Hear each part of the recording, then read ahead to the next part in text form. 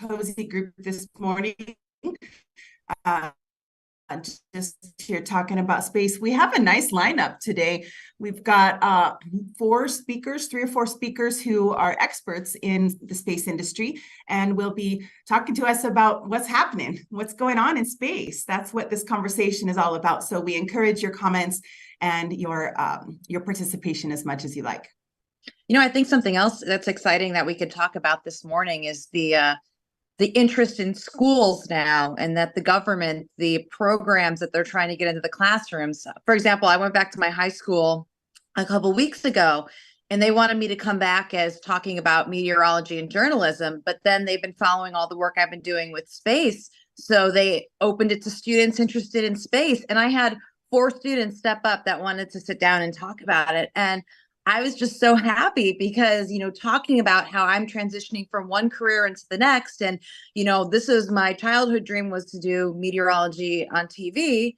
And I've done that. And now I'm starting to transition into space more, and see their eyes light up and ask questions and say, well, I want to be an engineer, but can I be an engineer in space too? I mean, I think that's something worth mentioning is, we're making strides and we're getting into these schools. And, Nara, I know you do a lot of stuff like that too. And it's inspiring to see the next generation now want to take that lead and move forward.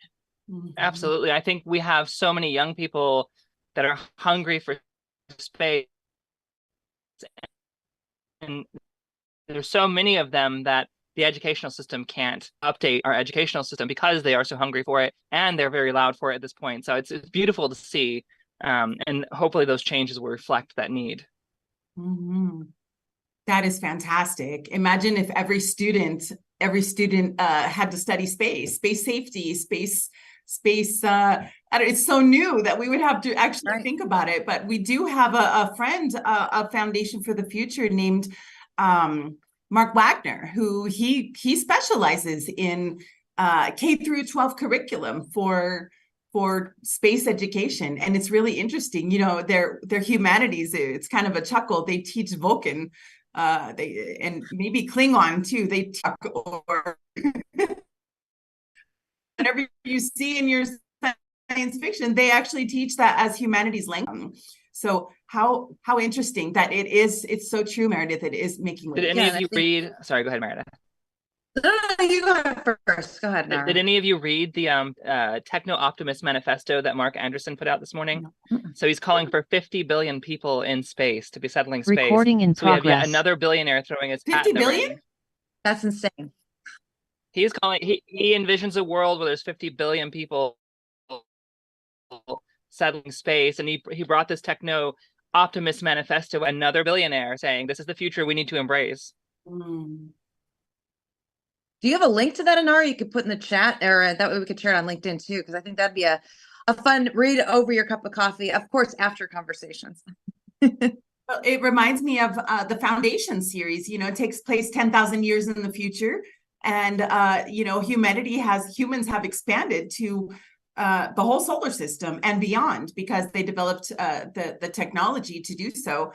It's very, very interesting that, I think billionaires get a bad rap because a lot of people, feel like it's not fair that they're so wealthy. And it does make me think, however, that when you don't worry about money, you have so much money that it doesn't matter anymore. You think about these big things. You think about this macro, you dream, because all of your basic needs are taken care of. So thank you to that. That's so funny, actually, too. I was at my bank the other day, and I was talking to one of the guys there, the managers, and he said, I want to start a business, for people with all this money, that if they want to do something and he actually brought up go into space. And I laughed, and he's like, why are you laughing? Because, he didn't know what I did for a living. And then we were talking about it, but that's kind of creating a whole different animal, finding people that can help talk to these people with the funds, with the money. Maybe it's sending somebody into space. Maybe it's starting scholarships or programs in schools, getting the information to these people that have all this money and they don't know what to do with it. And instead of spending it on materialistic things, which, I'm sure they have enough cars by then, they could be putting it into programs that would help and support some of these organizations that are trying to launch and get things going. So, it's getting the words out. It's simple conversations having with people. Like I said, my banker, I never even thought he would bring up space, but once he did, boom, we were talking. And then he's like, I'm going to take notes on this. And I said, well, I better get part of the commission. You better send me to space. That's right. Fair. We want to see you in space, Meredith. Yes. Gotta get you back. That's I awesome. think one of the things I think is really important that we communicate to these billionaires is the possibility of elevating the space community that's not inside the hard tech industry. So organizations like Foundation for the Future, for instance, there's loads of these organizations that are doing amazing work. And I want to get these billionaires to prioritize them because we play a valuable role. Obviously, Foundation for the Future has some very concrete things that we're doing, such as the Space Act, but we also serve to interface with the public. And that's vital because without that role, the public has no idea of the possibilities and they're not going to give their priority to the space system. So if we can get these billionaires that are coming on board, I'm thinking about Jeff Bezos and Jared Isaacman, Elon Musk. Now we have a few more this week, actually. If we can get them to understand that there's an entire infrastructure of organizations out there that can get that message out, then we can elevate the entire society in a big way. And it really doesn't even need them to write a check. I think if we can just help organizations go after grants in a big way. So I'm proposing a grant shepherd program where we provide grant writers and shepherds to these organizations to go after the billions of dollars already on the table. So if you're a philanthropic fund out there, I'm talking to you. There are possibilities here of elevating this to the next level without relying on 1 billion at a time. But I think we need their help as well. Mm-hmm. Mm-hmm. Well said, Inara. So what do you think that we should look forward to this year? What's actually what are our best points this year for space? What can we expect? Well, I'm always about Starship. I want to see more from Starship. Talking about that. I hope that we can see the restructuring of how the FAA relates to space and maybe more peace between them and the space industry. So there's some talks behind the scenes I know going on. I'd like to see that path cleared for sure. Yeah. Where's Starship at right now? I haven't been keeping up for the last couple of weeks. Has someone else been watching more closely? I think it's been about a week or two for me too. I just have seen some of the headlines. Last I heard was they're moving forward. Things are rolling along and they expect to launch again this fall. Maybe someone in our audience can give us details if you know what's going on with Starship and when they're planning to launch again. Well, we certainly have a lot of friends at SpaceX, so somebody whisper to us. Yeah. I'm also excited about this sample that we got back from the asteroid. So there's so much potential there for scientific discovery. That's a whole wide world. So we'll see what happens. But I think we're definitely going to come away with some breakthroughs. That's really interesting. And I've been hearing more about harnessing asteroids whereas I think 10 years ago, it was kind of a sensationalism or it was something. It was a new idea. Maybe it wasn't sensational, but it was kind of I would say even 5 years ago, if you talked about asteroid mining, then you were crazy. You weren't being practical. It wasn't real. And even 5, 6, 7 years ago, if you were talking about human settlement, this is where things are happening, and space mining organizations are absolutely setting up shop. Yes. And it's really interesting. There is so I've been hitting a lot on science fiction today because it is a way for you to almost research the future. It's a way to be in these simulations of what could be if we move forward. And a lot of science fiction is based in real science. And so one of my favorite ones is the Delta V series by Daniel Suarez. And so it's a book. And it has a part 1 and part 2. Critical Mass is the sequel. And then he's going to do a third one. And it's basically the story of billionaires who secretly start mining asteroids. They bypass international law and they put all their money into mining asteroids. And then throughout the process, they bring back the resources. And then with those resources, they can build spaceships and space stations in space. So instead of launching materials from Earth, by mining the asteroids, they were able to, that's how they were able to build space. And it's a very fascinating series. and it goes very deep into the science. It's all it's very realistic. So yes, I do think that asteroid mining it's really a valuable arena for us to keep exploring, to keep looking into.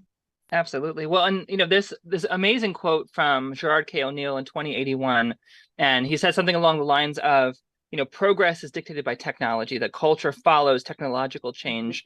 And we're seeing that. So what the great thing about sci-fi is that it works off of the current technology, and it sets us a little bit forward and inspires us that way. But you can look at where the technologists are prioritizing to figure out where we're going. And just this week, DARPA was talking about the lunar economy and prioritizing that and doing an assessment and giving money for that assessment to figure out how a lunar economy would be structured, how it would be possible. So when I see these hard technologists prioritizing something, I know that's where we're heading, because that technology is going to build that culture forward for us. So I'm very excited about those possibilities. It's really far past time that the moon becomes our station for space going forward. We really shouldn't be doing this from Earth.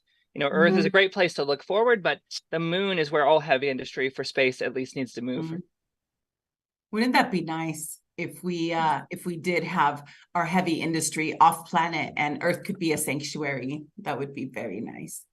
I see that Morgan is popping in and out. How are you doing, Morgan? Are you all set? We're about to have you start. Meredith will be our moderator today. How are you? Oh, I'm okay. No, there is quite a number of glitching going on with Zoom, so fingers crossed. Oh. I've sent messages to people here, but I haven't gotten responses. Oh, sorry about that. And so I am currently the host because of the glitches. Do you think that it's our Zoom? Maybe we should stop the meeting and start over. I have no idea. Okay. No idea. Okay. Well, we'll see what April has to say. She is our events director. So, Morgan, how are you doing today? We would love to have you start a little bit early if you're ready. I'll hand it over to Meredith. Yeah, that's fine. Okay, cool. Meredith. All right. Well, and if you go out for a second, we'll just do a comedy show or something until you get back in. We've got enough great people here this morning. So again, welcome everybody to Foundation for the Future's Conversations for the Future quarterly, but still the great content, still the great conversations. I'm your moderator for today. I am a certified broadcast meteorologist and space and science correspondent.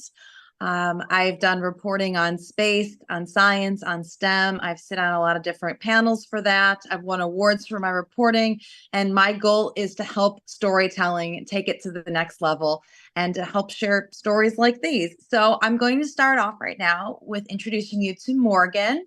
Morgan founded the M2 Group LLC in 2012 after more than 15 years in a Congress and the private sector.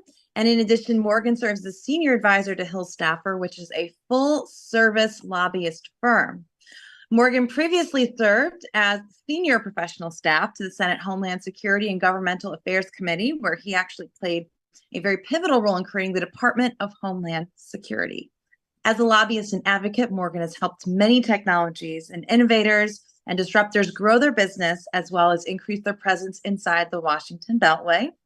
His passion is to help those smaller and lesser known technologists find their place in the policy world alongside the mega brands that often dominate the discussions inside the halls of power. So Morgan, we're so happy to have you here with us this morning, and the floor is now yours. Oh, sure. Thank you for that.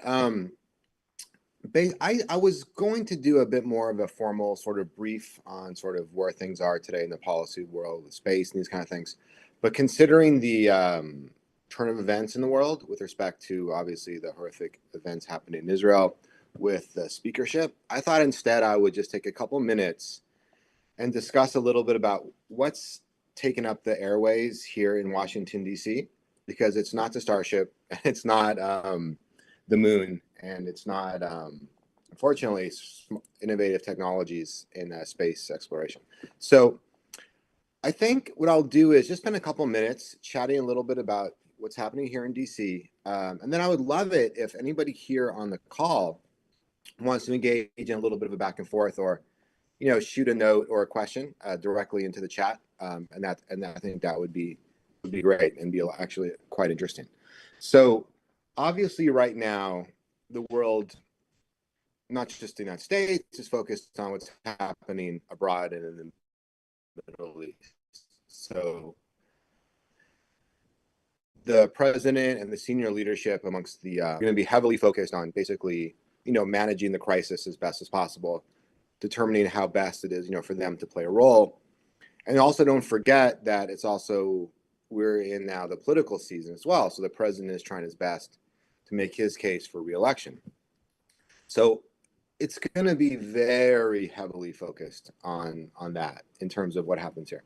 And now, if that isn't enough, we also have this terrible situation from my point of view, at least, the chaos here in the House of Representatives. So, there is these days it's fun to sort of be involved in conspiracy theories. The only one I do believe in is that both parties are in league to make sure neither one gets too far out in front of the other. So the Democrats have been struggling politically in these things, and the Republicans are doing okay in the polls. But then the Republicans have this internal tension with Trump and not Trump. And now you have the Republicans failing to be able to put a speaker in place during this incredibly complicated time. So it's almost like the Republican leadership doesn't want to seize this opportunity. This expression is they're sort of very good at seizing victory out of the jaws of defeat. No, rather opposite, seizing defeat out of the jaws of victory. Everything is sort of teed up for them to sort of set the stage to show leadership. So it's really a mess right now. And this is coming from someone like myself that has more of a right of center sort of political background. It's tough. It's very frustrating to watch.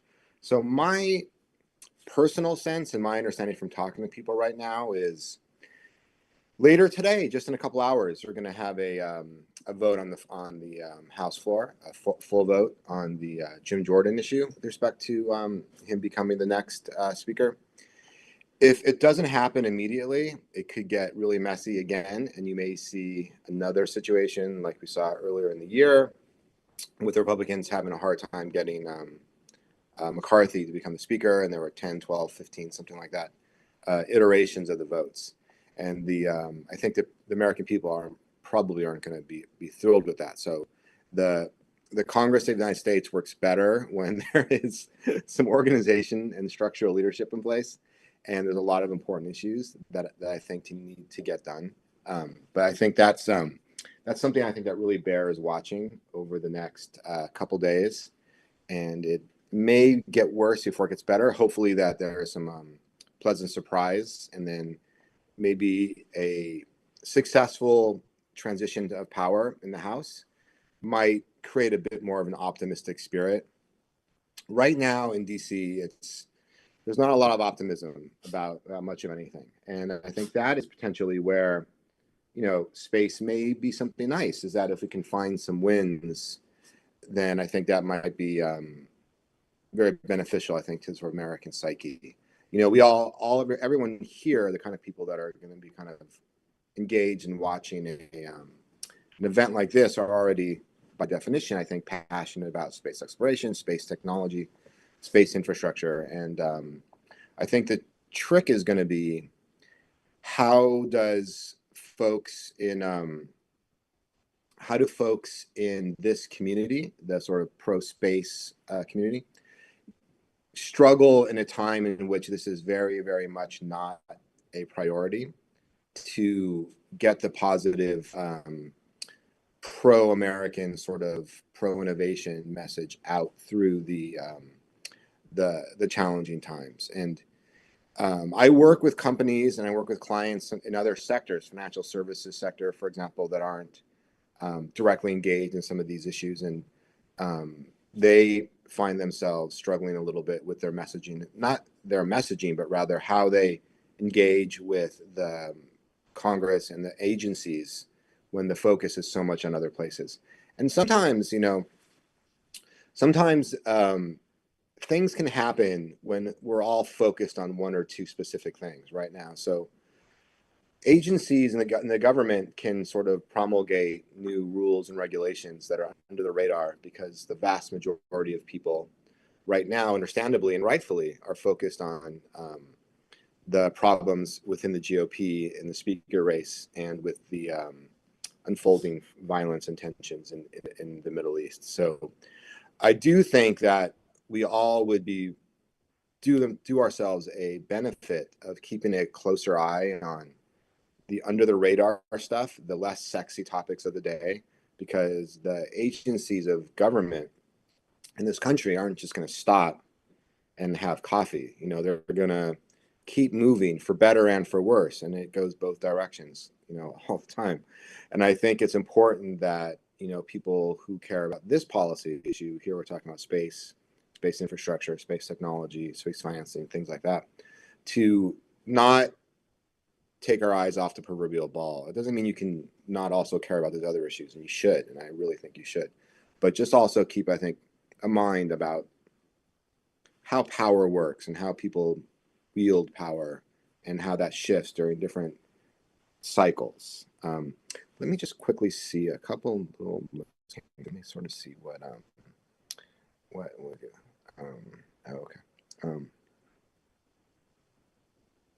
It's a great question about the U.S. and Russia. You know, I think a lot about, and I was working previously at a group called the American Institute of Aeronautics and Astronautics, AIAA, and I handled space policy for them, and it was a very interesting time. And that came up all the time, and it's very vexing that America, we put ourselves into this situation. You know, that we scrapped our shuttle program, and then we weren't prepped and ready for a next generation vehicle, you know, and for like now it's been over a decade or more, 15 years, something like that, where we basically are dependent upon foreign actors, hostile foreign actors, and private sector folks for us to engage in space.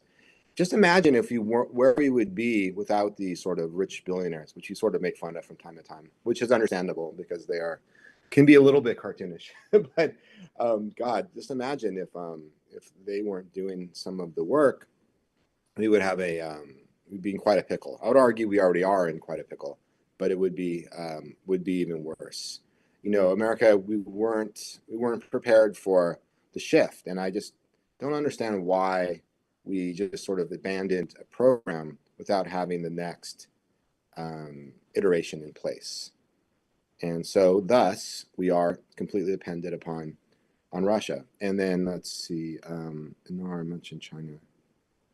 Yeah, so that's exactly right. So moreover, our situation, the American weakness with respect to our ability to do what we want to do in space does nothing more but empower China. Which is such a shame because a lot of people follow China very closely, understand that China is in a very weak position. You know, it's a paper tiger. There's a lot of faux strength that they put out. And if we were able to take control of our own destiny, that could be energy policy, you know, that could be space exploration, it could be myriad different ways, financial, the way we sort of spend and manage our debt, and these kind of things. All of these things are exactly empowering China. We would have been in such a great position to consolidate our role in space, to be the great superpower in space, and then to do so much good for the world, maybe the galaxy, you know. But we still are doing some for sure, but we could have been doing, I think, so much more. I'm sorry that's might sound like a tiny bit of a downer, but I do think it's true. And I really, my sincere hope is that our policy leaders can start to get a bit more serious and stop fighting these, you know, highly toxic culture wars and do some and many other things, but to do serious, thoughtful policy, the promulgation of solid public policy. You know, there's a group in Congress called the Problem Solvers Caucus. I like them a lot because for those of you that may not know what a caucus is in terms of the Congress of the United States, we have our formal committee structure, of course, where we pass laws and these kind of things, and we have these debates.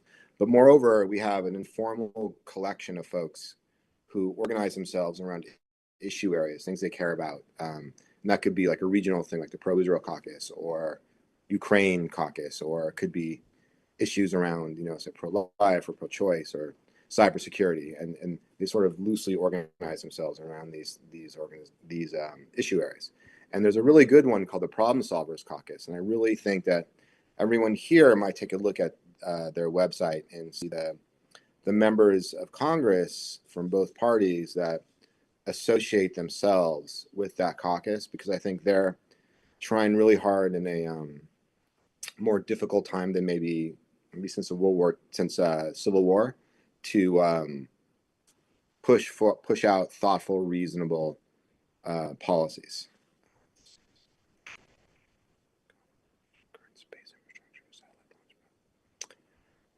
I do not think that our space infrastructure that currently exists is in any real danger. I don't really see these terrorist organizations having the ability to take down, let's say, satellites and things like that.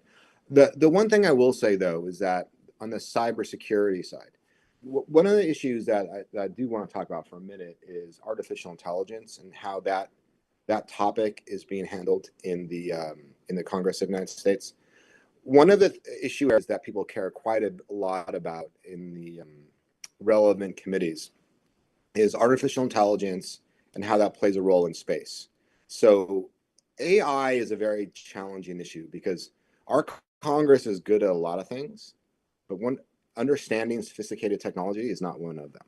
And anytime you want to prove that point, you can just watch a committee hearing in person or on TV when a member of Congress tries to take a executive from Google to task, who probably deserves to be taken to task, but their inability to understand the nuances and the real sophistication is very showing. We don't have many engineers in Congress. You know, we have a lot of lawyers since the founding of the country.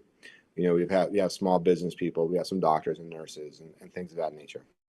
We have very, very few engineers. And it's very clear that without the direct engagement from policy organizations such as this, the Foundation for the Future does a really good job on that. You know, without organizations briefing and helping our lawmakers better understand, they're not going to know on their own.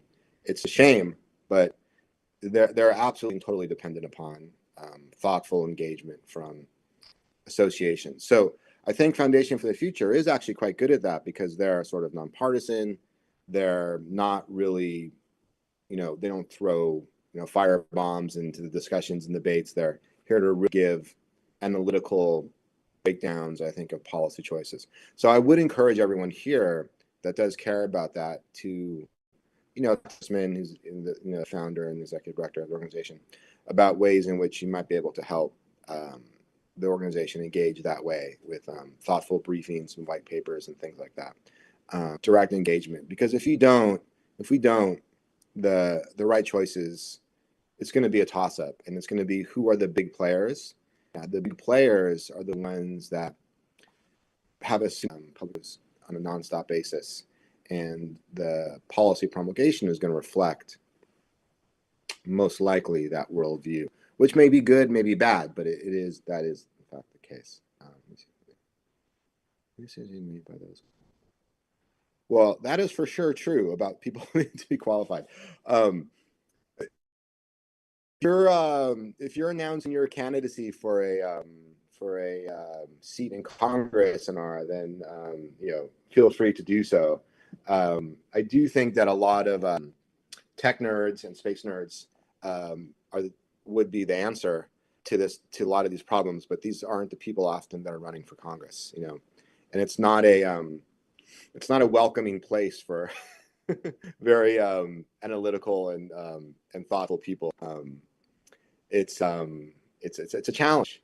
So, you know, it's politics has unfortunately devolved a bit to be a bit of political theater, a political drama, Shakespearean to some extent. And you know, these people, again, without the policy engagement, and I really do think that artificial intelligence and how artificial intelligence will play a role in space exploration, space infrastructure, is a vehicle. There is a lot of the committees themselves aren't even really sure who has oversight over what. They're all still trying to figure it out. And you see that in the financial services sector in terms of how artificial intelligence plays a role in the way we work with with broker dealers and things like that. We see it in terms of cybersecurity and how AI might strengthen or weaken or both our national cybersecurity posture. We see it in defense. I think there is folks that have a connection to the cybersecurity or AI and how that connects to space infrastructure. I do think that is an issue area that is ripe for engagement, and I think you'll find a welcoming audience on that policy issue. Let me just take 1 second here. Something else I wanted to mention.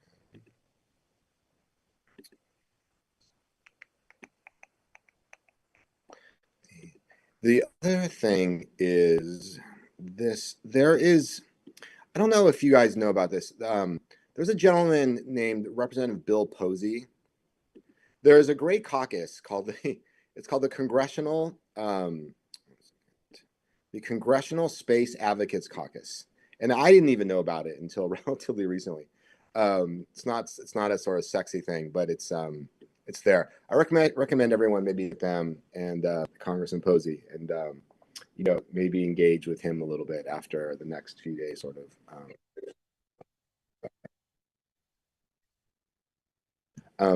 So I think that is a good sort of quick backdrop of I think where the politics of the day are, and where the interest I think will be coming from or not coming from over the intermediate term. I think on the short term, it's just there's not much interest in it, but I do think in the intermediate term, and for sure in the long term, there is. So I think for people like us who care about the issue, I think maybe this is a good time to sort of think strategically about how to organize ourselves around the issues that are the top of the hill for us, and how to strategically position those in the intermediate term when the sort of immediate sort of Western civilization burning down flames hopefully will calm down a little bit. Morgan, there's another. Sorry. I was gonna say there's a couple other questions that came in. I was keeping an eye on things, and I know there was one that was focusing on the Middle East conflict, because I know that's on a lot of people's minds right now, and how that's relating to what we're seeing happening with companies, with Congress and whatnot. So this question was accelerating. Will this Middle East conflict accelerate the space race with the United States and China? Is there a need for advanced warning technology? Yeah. So there is 100%. And I actually think that's a great question. One of the policy issues that came up a lot in the earlier stages of the Russia-Ukraine, when Russia invaded Ukraine, was advanced technology in terms of early warning systems. And there was a lot of talk about small satellites. I think one of our guests, Charles, may touch upon this after me. But small, moderately inexpensive, quick response type technology is extremely important, because we just saw a terrorist attack in Belgium yesterday or this morning. There was a big arrest in Italy.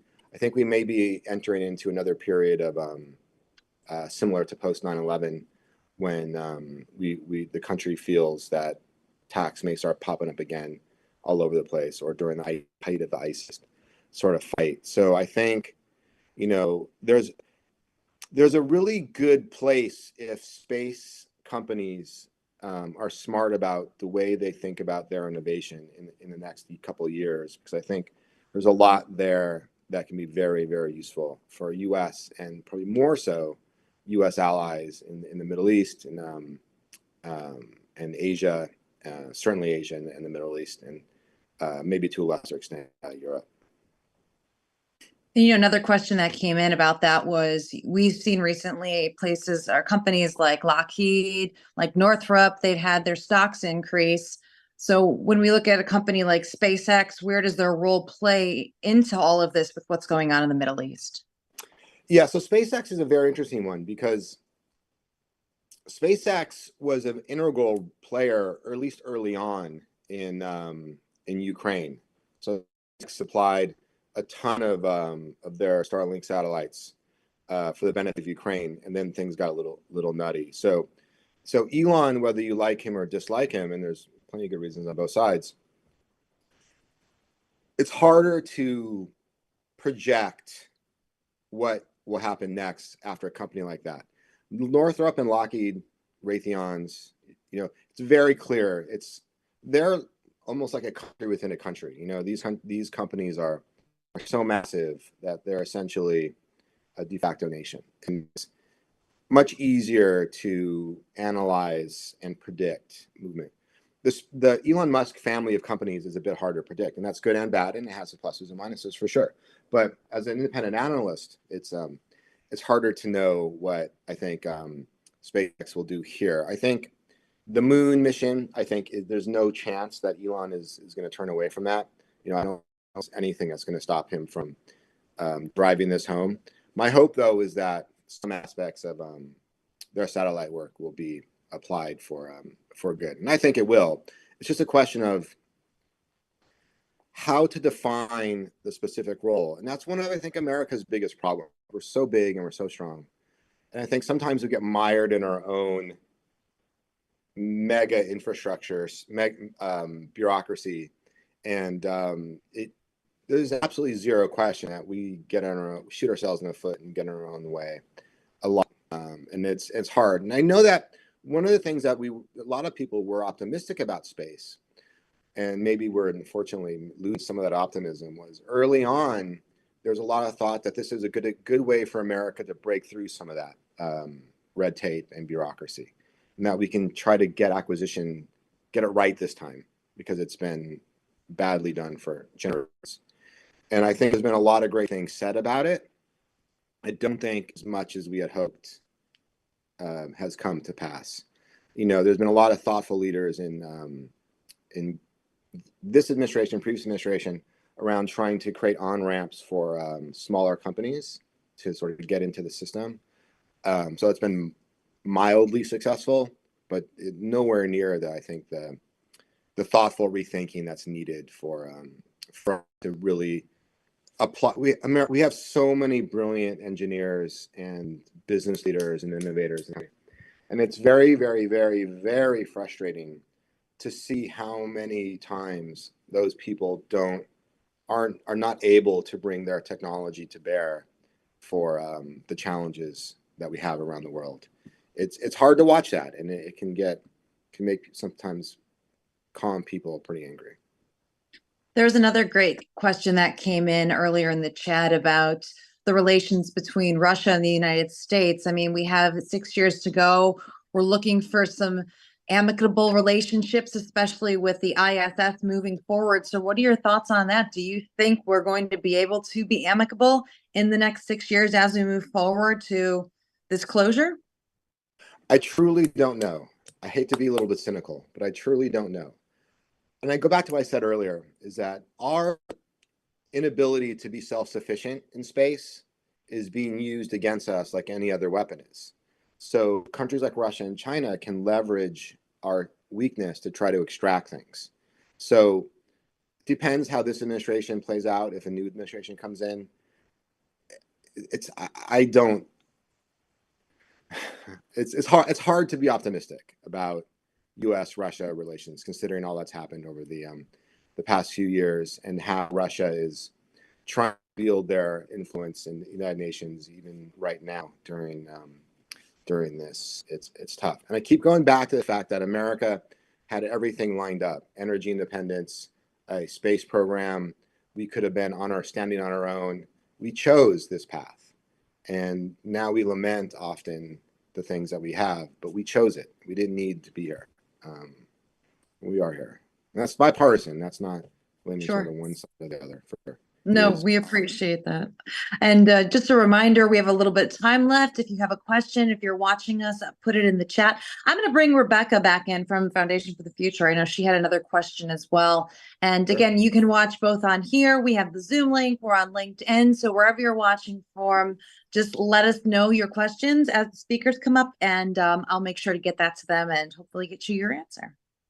Thank you, Meredith. Hey, Morgan. I am a graduate in international relations from Harvard University, and I really like what you said about how things can change right now because of emergency legislation or emergency regulations that we put in when there's a conflict, a world conflict. If this escalates, some laws and policy could get changed on an emergency basis. My question to you is, being that you're in Washington, you're an expert in these things, what kind of emergency legislation or regulation could we see that would accelerate the process in space? What can we expect to see? I know Meredith had mentioned the importance for response. What else could happen in Washington right now that, or in international law, something that could happen that could accelerate what we're doing in space? Oh, well, thank you for that. So I would say, hopefully we don't get what you're asking for, because if we do, then that probably means things are much worse than they are now. A formal declaration of war by the United States, which hasn't happened in hell of a long time, would change a lot and would allow for things like the government to seize control of different technologies, to apply them for uses that are beneficial. There was a little bit of talk about that, a few years ago, whether it should or shouldn't have been done, and these kind of things. That is, I think, the main tool for sure. I hope that's not needed. I think some of us believe that some of the choices around how we've managed our military buildup and stockpiles haven't necessarily been the smartest. We've depleted our strategic oil reserves. Now we're about a third. During Obama administration, I think it was at its highest point, and now it's about 2/3 below that today under this administration. So there could be some issues around the use of energy and that kind of thing, most likely. The thing is that oil could go up to $200 a barrel if there's a misstep with Iran or Lebanon. So I think, or Russia, because we've empowered them as well, and so much oil goes into not as much in the United States, but into Europe. So oil, natural gas. So my short-term biggest concern would be the energy shock to the system. Secondarily, in a declaration of war, potentially there could be the government use of certain technologies to make choices on their own to use. Like, for example, the government could call in SpaceX to manufacture for the needs of war if things were escalated. For sure. Yeah, for sure. But not just SpaceX. We talk about SpaceX all the time because it's the sexiest, coolest company in the world. But there's also, this is one of the hard things about working with intermediate-sized small companies. There's also a ton of great small companies that today could apply their tools to help, but just can't get through the nonsense of our American system, and they're there right now ready to go. Very frustrating. Thank you, Morgan. Sure, of course. Thank you.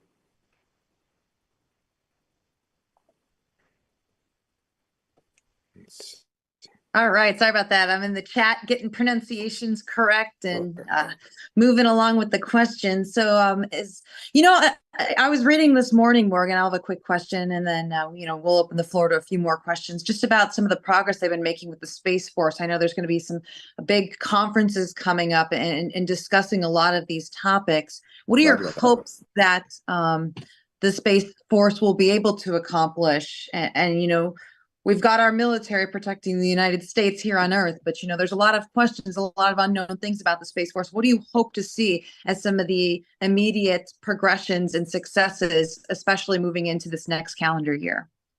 Thank you. That's a great question, and I actually meant to bring that up, and I apologize for not mentioning that earlier. I gotcha.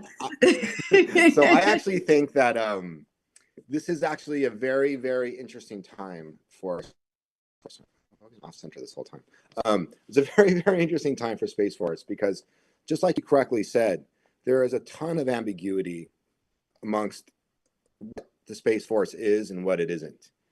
And I'll bet you all of us right now could go to a local coffee shop and ask, 5 people, what does the Space Force do? What doesn't do? And I'll bet you'll get 5 different answers from everybody. You ask 5 people what the Marines do, and you're going to get the exact answer. They kill guys. Well, I think that the Space Force would be well suited to try to get out in front of the issues in this difficult time we're in and try to lay out that other than being classified, of course, trying to lay out in a general way why they're well suited to be part of the answer to these problems. So I really hope that people within the Space Force can sort of lean forward a little bit into this and do a better job delineating in a time of global conflict. And maybe that's going to be the norm for the next 100 years. You know, maybe unfortunately this is the norm, and why having a robust Space Force that works well with the private sector is going to be a valuable asset. Hell, I'll bet you on this call right now, there's probably maybe one person that can probably answer that question in an unclassified way, in a way that we can all understand it. I'm not sure I can. And it's been how many years? Space Force has been around, a couple of years now, 2, 3 years, 4 years. You know, it's time. So I hope that they are using this period to benefit the world and be clear and concise about it. That's great. And I think kind of stemming off that can assist this whole mission moving forward. Yeah. So this goes back to what I said earlier about how badly equipped the American Congress is to manage technology policy. We are in desperate need of thoughtful engagement from the private sector. There's no question that is in fact the case. And I think the problems, though, is that a lot of times people use engagement for business development purposes. You know, the Lockheed Martins and the Boeings will have retired general blah blah blah who now works in business development for Lockheed go brief the subcommittee on space power or something like that.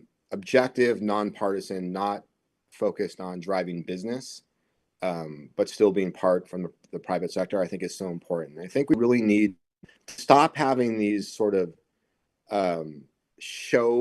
these like puppet theater private sector groups that get together and meet twice a year and write a white paper that no one ever reads, that gets sent to right offices that never once are even opened, but rather actually a more nimble, smaller, and proactive type of system in which we engage that has actionable movement.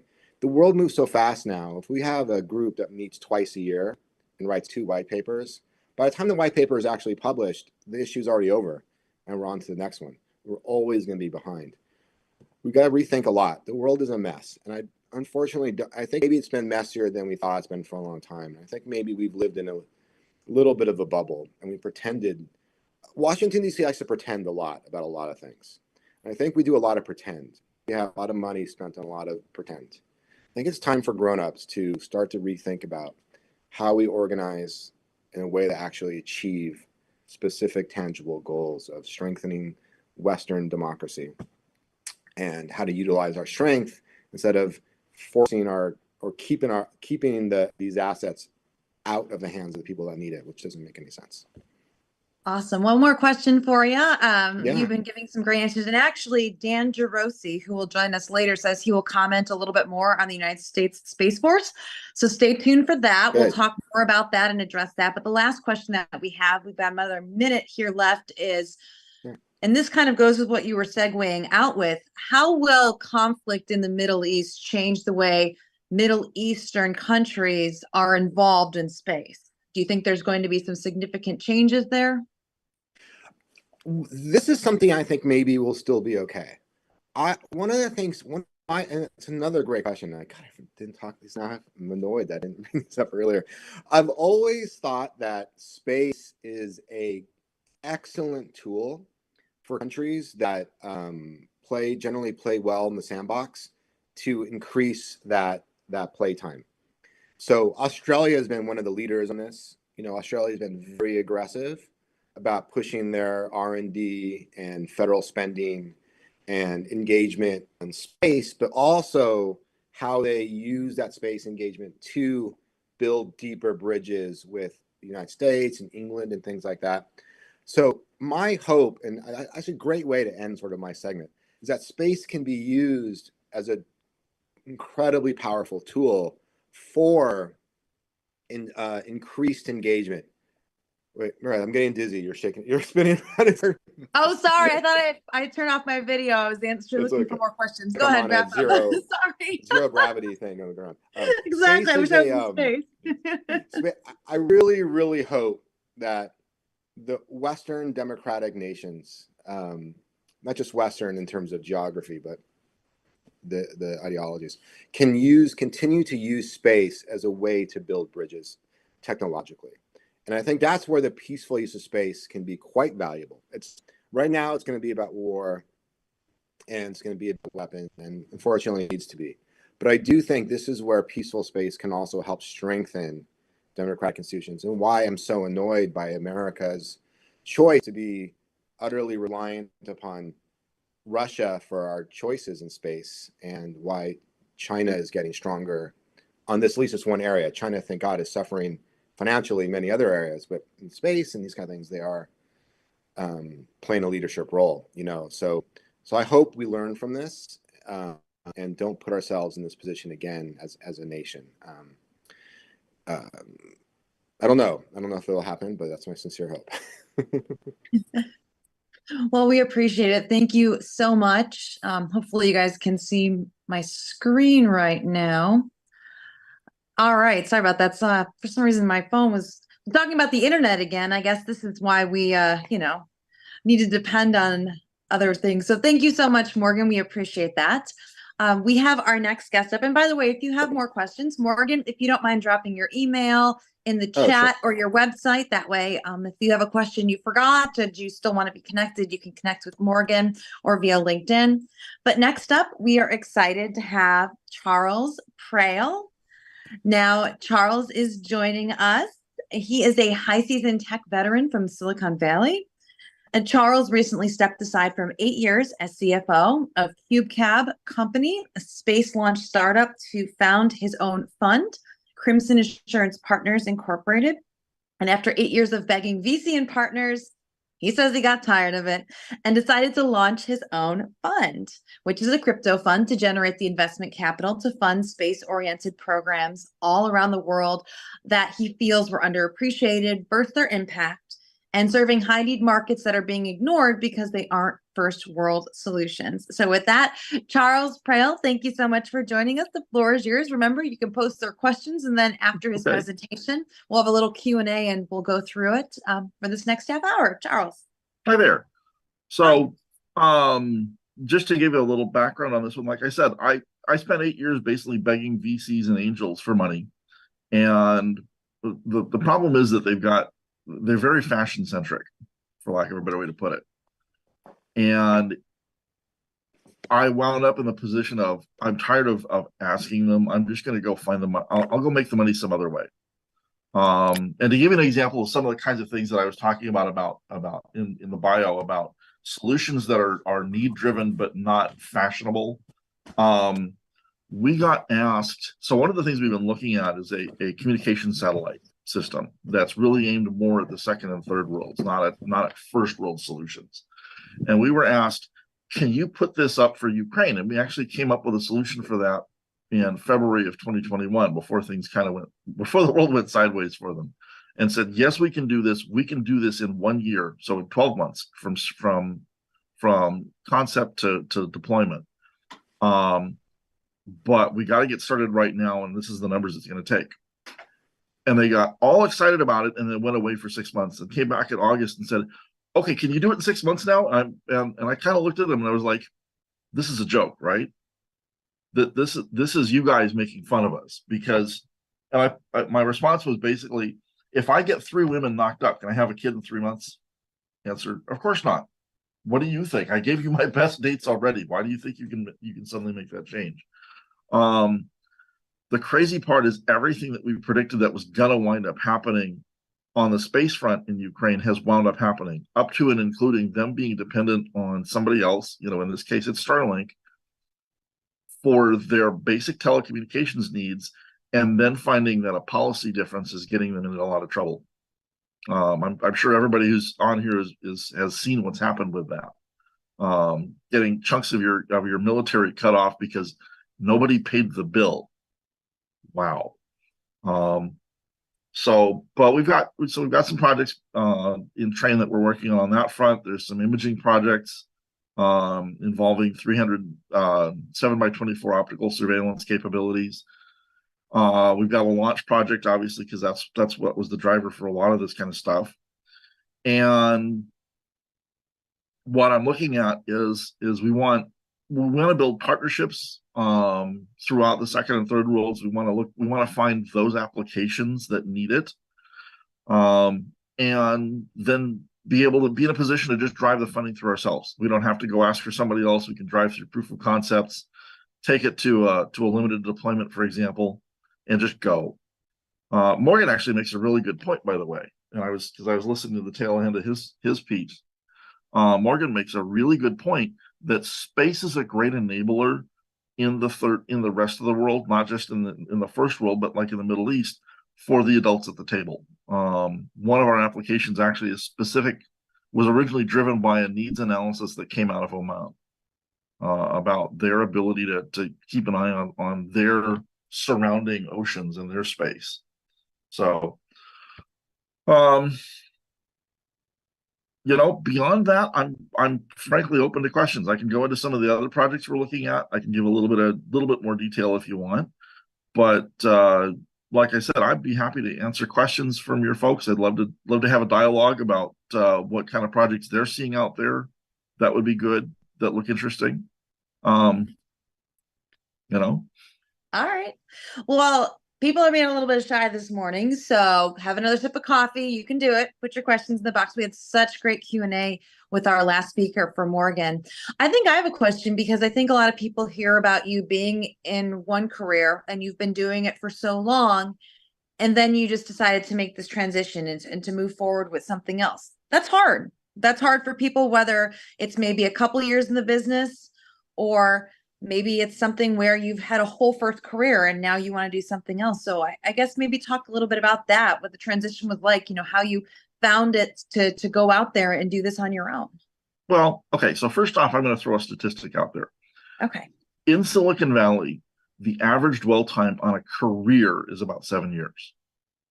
Okay. So there's a lot of people who think, oh, I've got a career and it's the rest of my life. No, you're going to be in tech, you're going to be in a career track for between 7 and 10 years. So you can expect to change between 3 and 4 times in your lifetime. And I point out to people, it's not, you're jumping radically from one thing to another. Some people do that. I've actually got a friend who's a great example of that. But, sometimes you're doing one thing and then you're doing another thing that's allied, and then you're doing another thing that's allied. I'm a great example of that. So let me give you a little quick bio on this. I paid my way through college writing books on business software, spreadsheets and stuff. And it was a gig that I just totally fell into, to be quite honest. But, by the time I'd finished my bachelor's degree, I had 12 books out, which I'll tell you, when you're talking to a professor and that little snippet comes out and he goes, wait, and you can see the light bulb go off. He's got, wait, this kid has more books out than I do. How is this possible? It's like, it's the old joke about being a paperback writer. You just knock them out. That led to me being a technical writer and information designer for almost 20 years, and doing a lot of work on that front.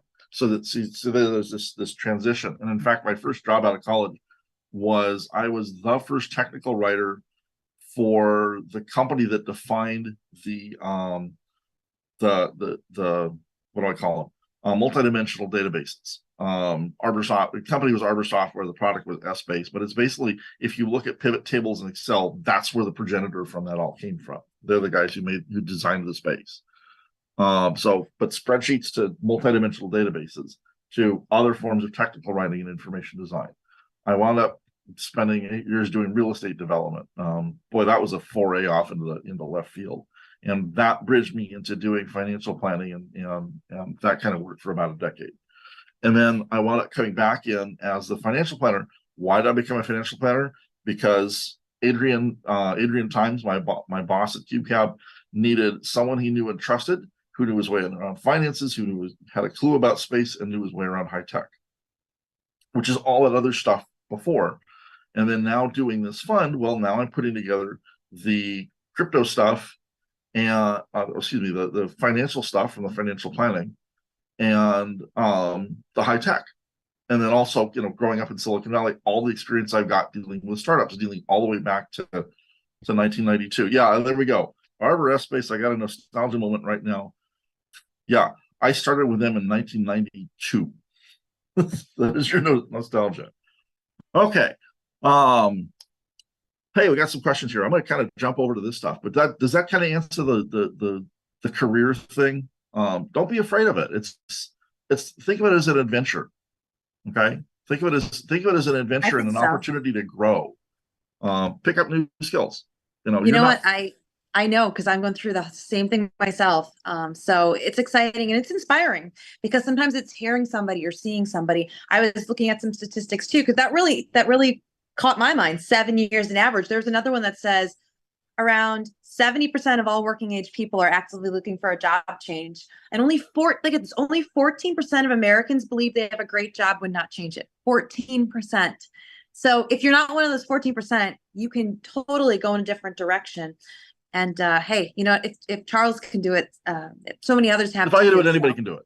So exactly. Here's the other thing I'm going to point out. Okay, it doesn't have to be a job.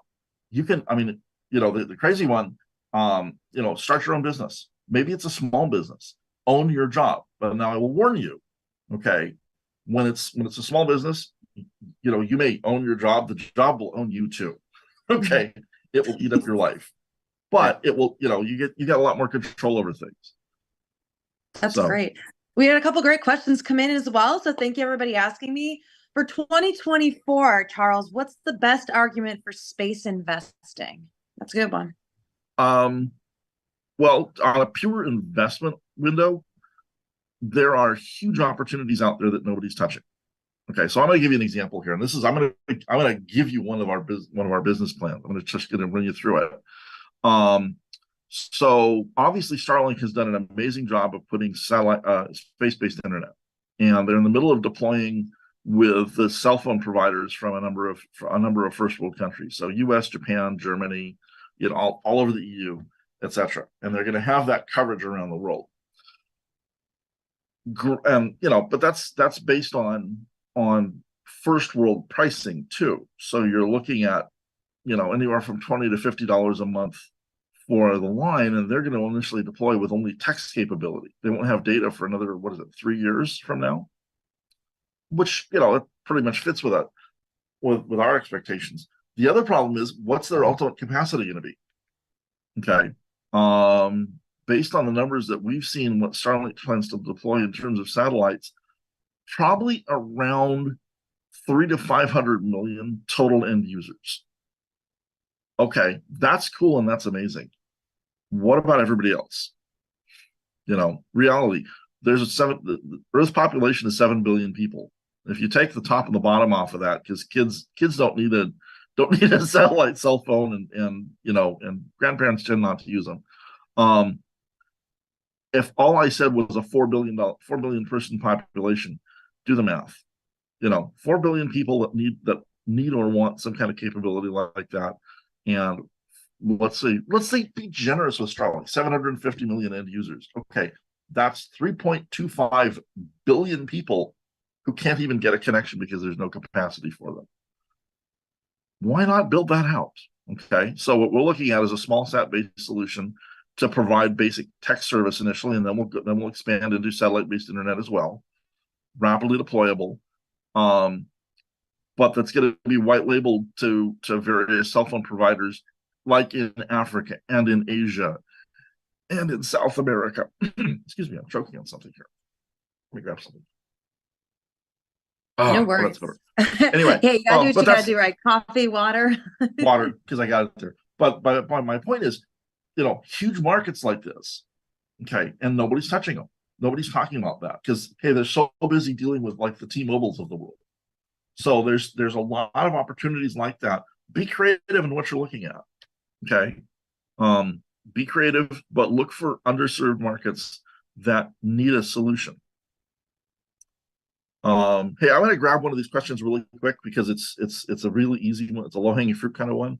the one about Amazon's Project Kuiper, will become a major Starlink competitor. I think it has the potential to be, but Amazon and Jeff Bezos and I'm going to be blunt here, pardon my language, they need to get their heads out of their asses on the launch front. They don't have any means of getting those birds up there, and they need to find a way to fix that. And the problem is right now, in terms of bulk launch of large scale satellites of the size class that they're talking about, SpaceX is the only game in town. Okay, and they can't use Jeff's own boosters. They can't get the rockets anywhere else. So it's one of these, the devil is, your choices are right now, you can go with SpaceX or you can go with nobody. So if they wanted to change their technological architecture, we can have a nice little chat, but I don't think they're willing to. All right, so let's go back. Sorry, I didn't mean to take the reins away from you. Meredith, your show. All right. No, that's no problem. We're getting some great questions in. So another question that came in was about U.S. policy when it comes to space infrastructure. Or there are certain things that need to be updated or implemented as well? Yeah, that's a really good one. My personal perspective, that's all this is that the best thing the U.S. government can do is stay the hell out of the way. I think that a lot of this stuff is going to wind up getting deployed, whether or not the U.S. government requests it. It's not going to be government driven. It's going to be privately driven. And the more they can do to not be in the way, the better it will work. And I'm explicitly using the Silicon Valley model on this, by the way. A lot of what happened with Silicon Valley was not driven by U.S. policy, but was driven by what does the market want? What does the market need? And the government basically went, hey, that's really cool. Okay. So in terms of space infrastructure investing, I think, and especially the investing side, I'm gonna be blunt. The U.S. government it has no business trying to manage that investment, except maybe on some very specifically targeted capabilities. But them trying to guide it, that's a train wreck looking for a place to happen.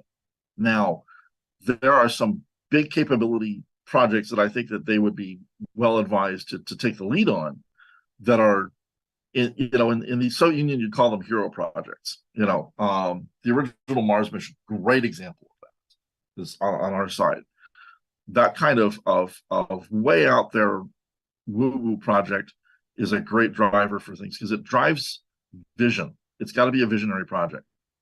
NASA saying, hey, listen, we're not going to mess around anymore. We're going to put a team of 6 people on Mars. That's a visionary project. Okay. The problem is, at the rate things are going, Elon Musk will put them, when the NASA team gets there, they will be landing at SpaceX's base. Okay. Because somebody else has already got that vision and they're driving it. So if the US is going to do space investing, needs to be visionary stuff, needs to be way out there to really drive the effort. Okay. And I could think of a few things. I mean, you want a visionary project? How about we're going to build a test article for a warp ship, for a warp drive. That's a visionary project, because hey, we're not going to mess around with this go to Mars or Jupiter or Saturn stuff. We're going to go to Alpha Centauri. Get out in front of the curve. But otherwise, like I said, by and large, be supportive. Don't be an obstacle. And I'm gonna be really straight up here about something.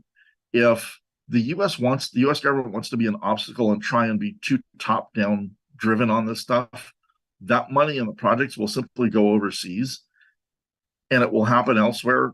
And then the U.S. will basically like, hey, listen, we just missed the whole window. Okay. So they've got a choice, and they've got to pay attention to that fact that there are other options now. Dubai, just as an example, as a financial center. India as a manufacturing center. There are other places you can get the job done at this point. We had another good question that came in concerning solar power. Now, are solar power satellites, do you see that as a solution for energy moving forward? That's a really good one, and I've been looking at that one geez, since I was a kid. So we're back into the 70s and 80s. I remember seeing all the stuff about solar power satellites back then.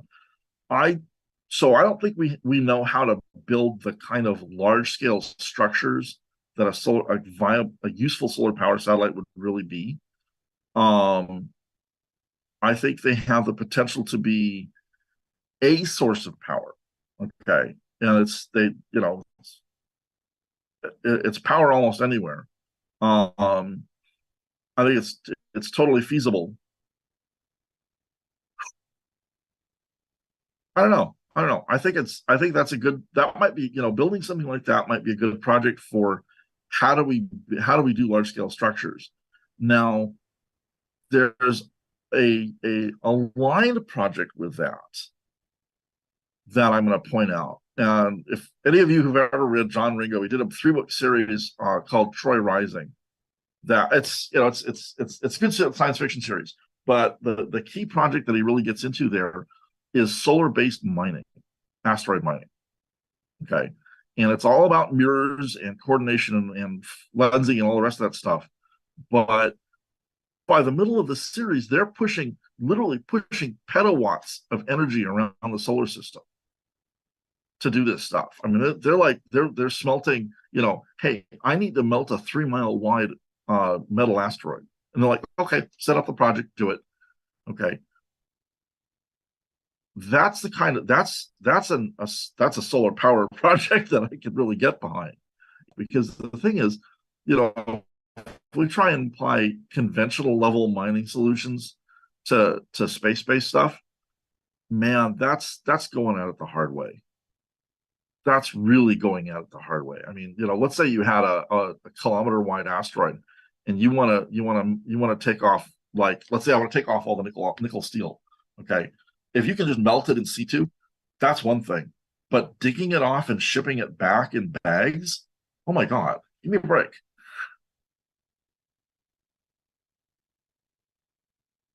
We had another question that came in about, I'm not sure kind of where it's going. Maybe you'll understand it. Talking about $1 billion to Bechtel for a bigger mobile launcher. Yeah, let's pop that up really quick. Let's take a look. Okay. Okay, so this is the SLS mobile launch platform. So this is actually the drive out platform for the Space Launch System that Bechtel is building. I'm not surprised that there's a big cost overrun there. It's a capability they need for that launch bird. Not going to say otherwise. It's pretty much you need it because you need it for that. But I think that there's a severe criticism I hear about NASA trying to recreate the Saturn program. And I think as a good thing, I think what they're trying to do here, as I see it, is there's a lot of prop up here of existing of old school players in the space program, and Bechtel is one of them. They're an infrastructure player. Okay, them and Boeing, the whole thing with SLS. So they're doing that, and because NASA works on long time frames, a project that started when SpaceX was still launching, let's be realistic here, Falcon 1 rockets, is still going. But the problem is that the tech has passed them up. Right now, a Falcon 9 does everything that the SLS will do, or pretty much. And then, once SpaceX really gets the Starship sorted out and working, what's the point of the SLS? Really, what's the point of the SLS? And if you don't need the SLS, then you don't need the mobile platform for it either. But that's why they're doing that is because they're already committed bureaucratically to this, and that's why that's why you get $1 billion cost overrun. That's why all this other stuff. And to be honest, trying to do something, a major construction project like that in today's economic environment, I'm not surprised at cost overruns. It's hard to keep the manpower, get the talent. It's hard to get the manpower and materials. Materials access kind of sucks. That actually drives an interesting point. Is we need, as a country, we need to look at infrastructure investment again. and by my infrastructure, I'm not just talking, roads and rail and telecommunications and all that other stuff, but also production infrastructure, steel foundries.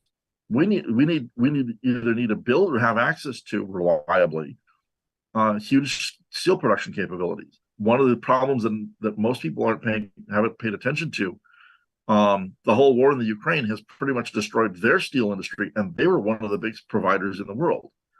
And they were also, because of that steel kit production, they were also one of the big providers of noble gases, helium, xenon, all those cool things. Guess what? 40% of the production capacity in the world has been destroyed by the Russian invasion. So, I don't know if it makes sense to invest in Ukraine to help them rebuild that once the Russians get tossed out, and we'll see how long that's going to take, and how much of it makes to build that capability here with all of the concomitant costs, including environmental, that go with that one. But somebody needs to do it. And this is one of those, somebody needs to pull the thumb out and actually get to work on it. There's a place for government intervention and saying, yes, remember what I said about getting out of the way?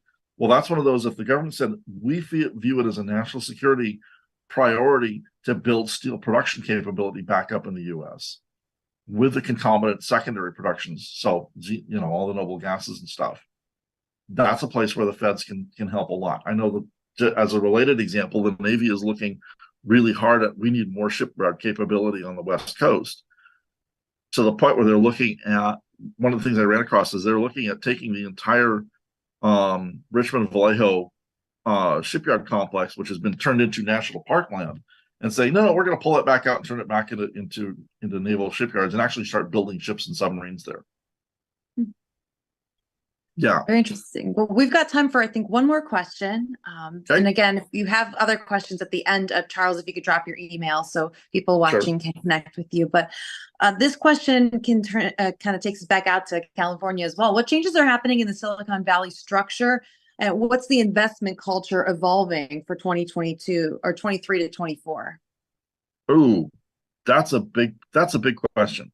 So first off, be aware that a lot of players, that a useful number of players, let's put it that way, are moving out of Silicon Valley. They're moving out of California, and that's for a variety of business and tax reasons. Could go into that. That's its whole discussion. But they're moving out and they're moving elsewhere. Count me into that, by the way. I'll be setting up shop out in Tennessee next year. How else is it evolving? At one level, there's a lot more. There's also a lot more empowerment at the low level.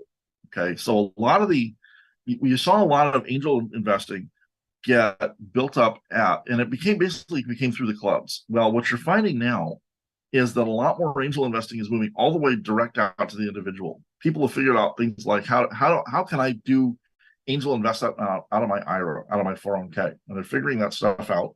It's actually not all hard. I could teach somebody how to do it pretty easily. But now that they're figuring that out, what it means is call it direct to consumer angel investing, which really opens some interesting doors on that front.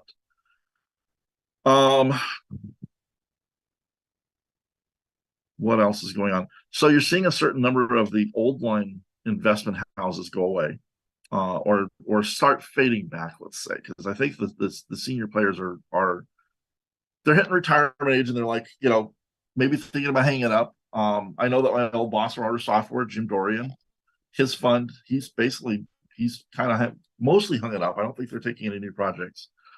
But essentially, if you wanted to call it the democratization of VC, that's a reasonable way to put it.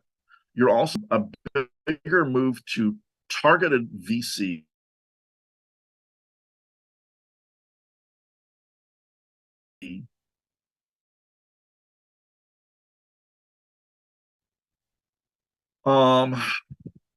Capability segments or something like that. Now what you're seeing is green funds, for example, or DEI funds, or something like that. And so you're seeing a much more socially driven, social policy driven targeting rather than a capabilities driven targeting. So there's that. And I've got my opinions on that one. but I'm not gonna dump all that because this is not the place for that. But I think it has the potential to do some good for people for certain segments. I think it also has the potential to do a lot of harm, bluntly.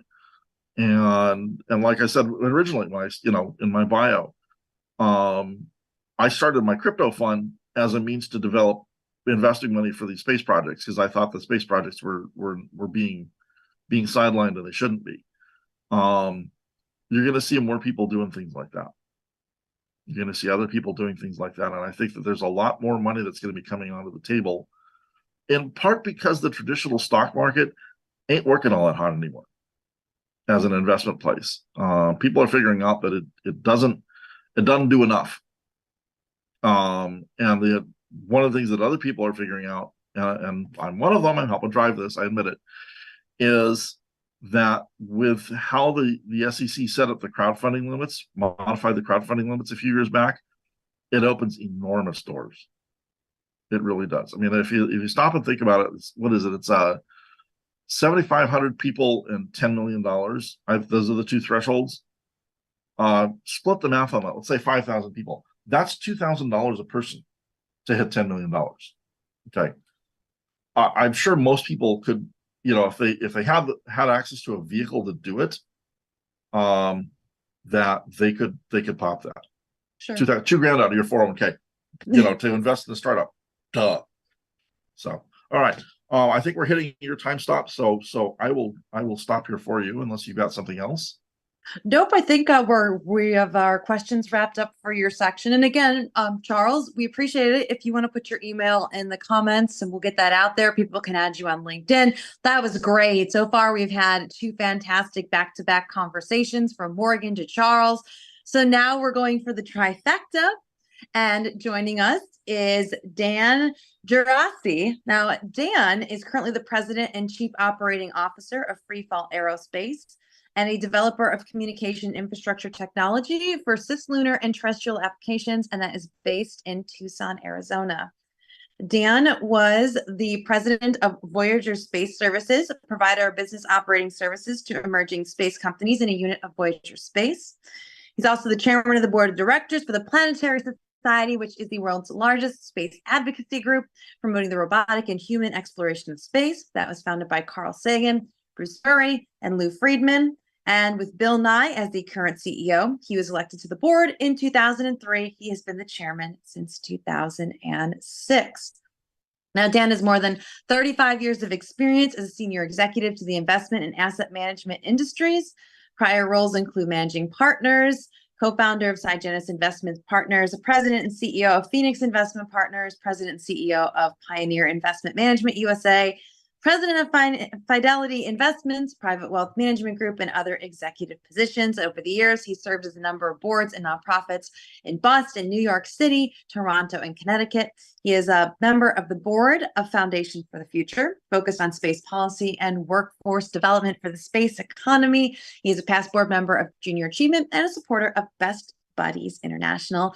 Dan, we're so happy that you could join us. And I know we're also going to be kind of segueing a question that came up earlier about the Space Force for Morgan. So keeping the conversation going.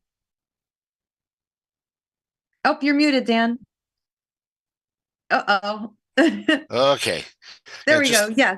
That bio is just the way my mother wrote it. I have to cut that thing down. So it's great to be here again. And thank you, Meredith. Yeah, I want to talk about a few things because I had some other thoughts prepared. And then after listening to Morgan and Charles, I think there's something that might be even more appropriate continuing on this thread that we've been on.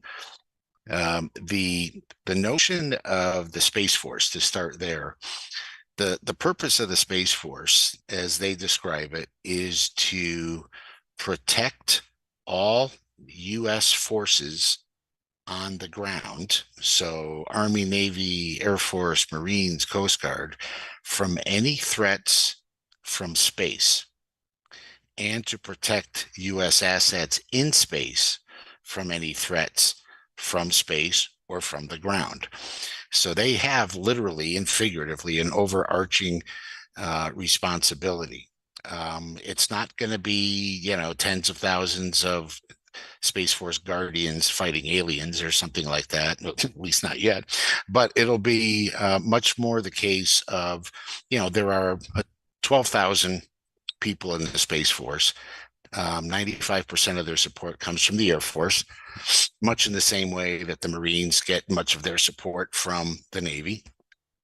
And make no mistake about it, though, the research going on into what they're doing, and you may have seen Air Force bases near you renamed Space Force bases. Any Air Force base with space assets and personnel of any type has been renamed to Space Force Base, and that'll continue to be the case.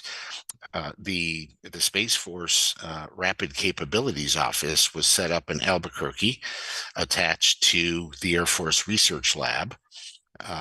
There are 11 of those labs around the country that do advanced research for the Air Force. Several of them do work for the Space Force, and the one in Albuquerque, actually, most of its research goes to Space Force. That Rapid Capabilities Office, the purpose there is to identify technologies that can be deployed within 12 to 24 months. Not long-term development through, SBIRs, SBIRs, or other types of grant programs that are 6 to 10 year timeframes, but rather to get technology in the hands of the Space Force as quickly as possible. We are in a race in orbit today. China especially is investing massive amounts of money, as we've heard. They have a lot of technology up there. So do we. But Space Force will be the first to tell you that we're behind on a couple of fronts. At the end of the day, what's going to happen is we'll end up where we were during the Cold War. Each player, each party, each side is going to have enough capability that hopefully the end result is deterring anyone else from using theirs. That mutually assured destruction type of a strategy that's worked pretty well, at least for leadership that's not insane in some countries. So at the end of the day, that's what the Space Force is there for. There's a lot going on. And that brings me to SpaceX, the conversation about SpaceX. They're building satellites for the Space Force. They launch classified payloads all the time. There's usually some kind of a classified military payload on board a Falcon when it launches, a couple hundred Starlinks.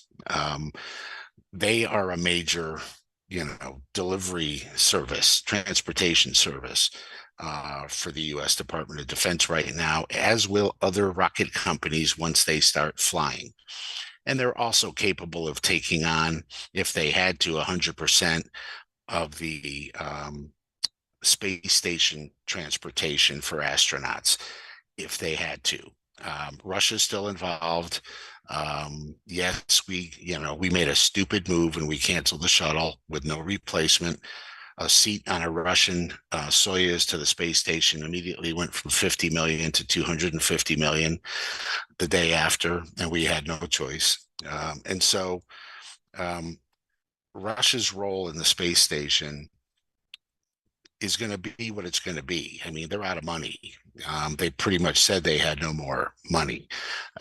When we deorbit the space station or whatever we're going to do to take it out of service, their role will be essentially gone unless they just desire to launch one, and they probably have no ability to do that. It doesn't look like they're working on anything. They may end up renting space on the Chinese space station, the way things look right now. So, when you get past the Space Force issue, I think the bigger one is, when we talk about these conflicts in the world right now, the private sector has been the difference in helping to address some of these issues. People in Washington talk a lot. SpaceX took action with Ukraine, as we discussed. And, Starlink was a very capable service for that, but Starlink has its limitations. But yet at the same time, I think people need to get comfortable with the fact that NASA and the Department of Defense are becoming more and more comfortable feeding business and tasks to the private sector. They're more reliable. There's a natural competition to get better every day. The free market system is working incredibly well for space. And while most people don't realize it, the thousands of young companies in the space sector continue to move forward. Sure, they're going to roll over and there's going to be some that fail. This is very much like 1996, 97 with tech. We had a big early surge. We had a number of companies fail, whether it was for their own poor management or it was because of the economic environment that we hit. But either way, we're following that same cycle. If you lay over the market charts of that period for tech and you look at where space is right now, yeah, there's a consolidation period. We're going to see acquisitions continue. We're going to see some people exit the business. And there will be trivia question type names 20 years from now. But hey, remember that company, called, Lycos, for example? That's what's going to happen. And so this is a natural evolution, but I'd rather it be in the hands of the private sector than in the hands of the government. This notion of, NASA taking care of it, of the old club with Bechtel and Boeing. Okay. This is the problem. Okay, Boeing couldn't get out of its own way, and they still can't to get a rocket off the ground. Okay, and SpaceX has made how many trips already? And Bechtel with the cost overruns. At the end of the day, look at what happened at Blue Origin. The CEO was a former Boeing executive. He did a great job of growing the company to 11,000 people. They delivered pretty much nothing, and Bezos fired him and brought in an Amazon executive to run Blue Origin. So there is a clear distinction between the large primes and what they're good at and the private sector, who is not dependent on government support all its life, and what they're good at. And so this new model is going to continue to dominate in the space environment. And we're seeing reports now, the majority of investing capital is going to those space companies who are getting government contracts, because there's no better customer than Uncle Sam. They know how to spend money and they never stop. So if you're investing in space companies, yeah, that's a great thing to see. Do they have government contracts? If you're the space industry, you're happy that the government is laying off this work and paying, because that's going to support the space economy through this more miserable secular economy that we're going through right now. Unlike with the .com environment, where they had no government buying business services, excuse me, from them, and it was just living on their own. The insurance, if you will, underneath the space economy is the government spending. The dramatic pull effect of Space Force and DoD on building new satellite networks, new communications systems, new hardware and infrastructure capabilities. There, for every commercial story you hear or read in space news about, oh, this company's doing this or that, there's 10 times that much activity going on in the Department of Defense side of space that you're not hearing about. And so that's all good news for investment. There's a lot of programs being promoted by Space Force and by the Air Force Research Labs for new technologies. The amount of money they're giving out in grants to solve problems, everything from the debris issue with SpaceWorks and their first program, Orbital Prime, which is now well into the phase 2 SBIR environment right now. It's all a positive. There was a question before about solar. I've seen the technology demonstrated just in the last month. This notion of sending down power from an orbiting satellite to the surface of the Earth. While it's not scaled up yet, that should be another 2 years before they can have an operational example of it. It's amazing what it does. There's virtually no heat. There's no risk. The demonstration I was at, you could literally put your hand right in front of it, and just a little warm. But it's about it was an 85 or 86% delivery of energy from orbit to the surface, very little loss, less than what we get on a power line running down the street, actually. So there's a lot of good things coming, and government's good at seeding these initiatives. They just need to, as many have said already today, get out of the way and let the private sector do it. That's our greatest strength as a country, is our private sector, the entrepreneurial spirit. China doesn't have that. That's why they tend to steal most of the technology they end up using, but they don't have our bureaucracy. So when the Chinese government says, build this and deploy it, there's nobody in the way. There's no special interest groups. There are no environmental groups. There are no rallying cries from various special interest groups, that think it's a horrible thing to do. So they're faster to market, but they just don't have the ability to create. And that's our advantage. And so what the government's trying to do, especially at Space Force, is break down the barriers from when an idea is presented to when it gets put into use. That's our biggest challenge. But I'll stop there and take some questions as well. Morpheus is a good example, actually, of the power of government contracts. I was going to say that was a good thing to bring up. I don't know if there's any other ones that serve as good as examples as that you could elaborate on. Well, I think generally it's the launch industry right now, which has far too many players. Number one, I think there's 160, maybe even more now, companies that are calling themselves launch companies. But you saw with Space Force the ability to go in and say, we're going to award launch capacity, launch pad capacity at Kennedy Space Center, at Vandenberg and other locations, so that those launchers are ready. Then you see this notion of, we need rapid deployment. It used to take, I think, 22 days from when the government said we need to launch a satellite. One of ours got knocked out. By the time a satellite was prepared, a launch vehicle was secured, the satellite was mated to the launch vehicle, it got to the pad and launched and got into orbit. A couple of months ago, they did it, and it took a little over 48 hours to do it with a Firefly launch and getting the satellite ready to go. And so this rapid deployment of replacing satellites that could be knocked out in a spaceborne conflict, and that's personally where I think the next big conflict will be. If there's a conflict with China, for example, it'll probably start there, because our eyes are up there, everything's up there. So that's a big issue. This notion of this question, is the space race in danger of a security dilemma, where each side escalates because of feeling threatened by the other?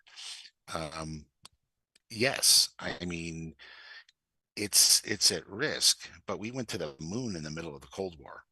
Okay, if we get our act together, it shouldn't be a deterrent. It should give us a competitive advantage, because other countries, even China, has a limited amount of resources. And if we were taking any action to slow them down, I think it'll be an issue for China to be able to respond.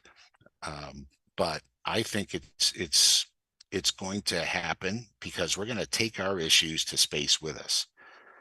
Peaceful space is a great idea. It's very aspirational. So is peaceful Earth. And no one's going to change their tune once they leave the planet. There's going to be a race for the South Pole of the moon and resources. There's going to be a race for the South Pole of Mars and resources. So nothing's really going to change. So we can predict the future about who's going to go where and when. Until it happens, it's all going to be speculation.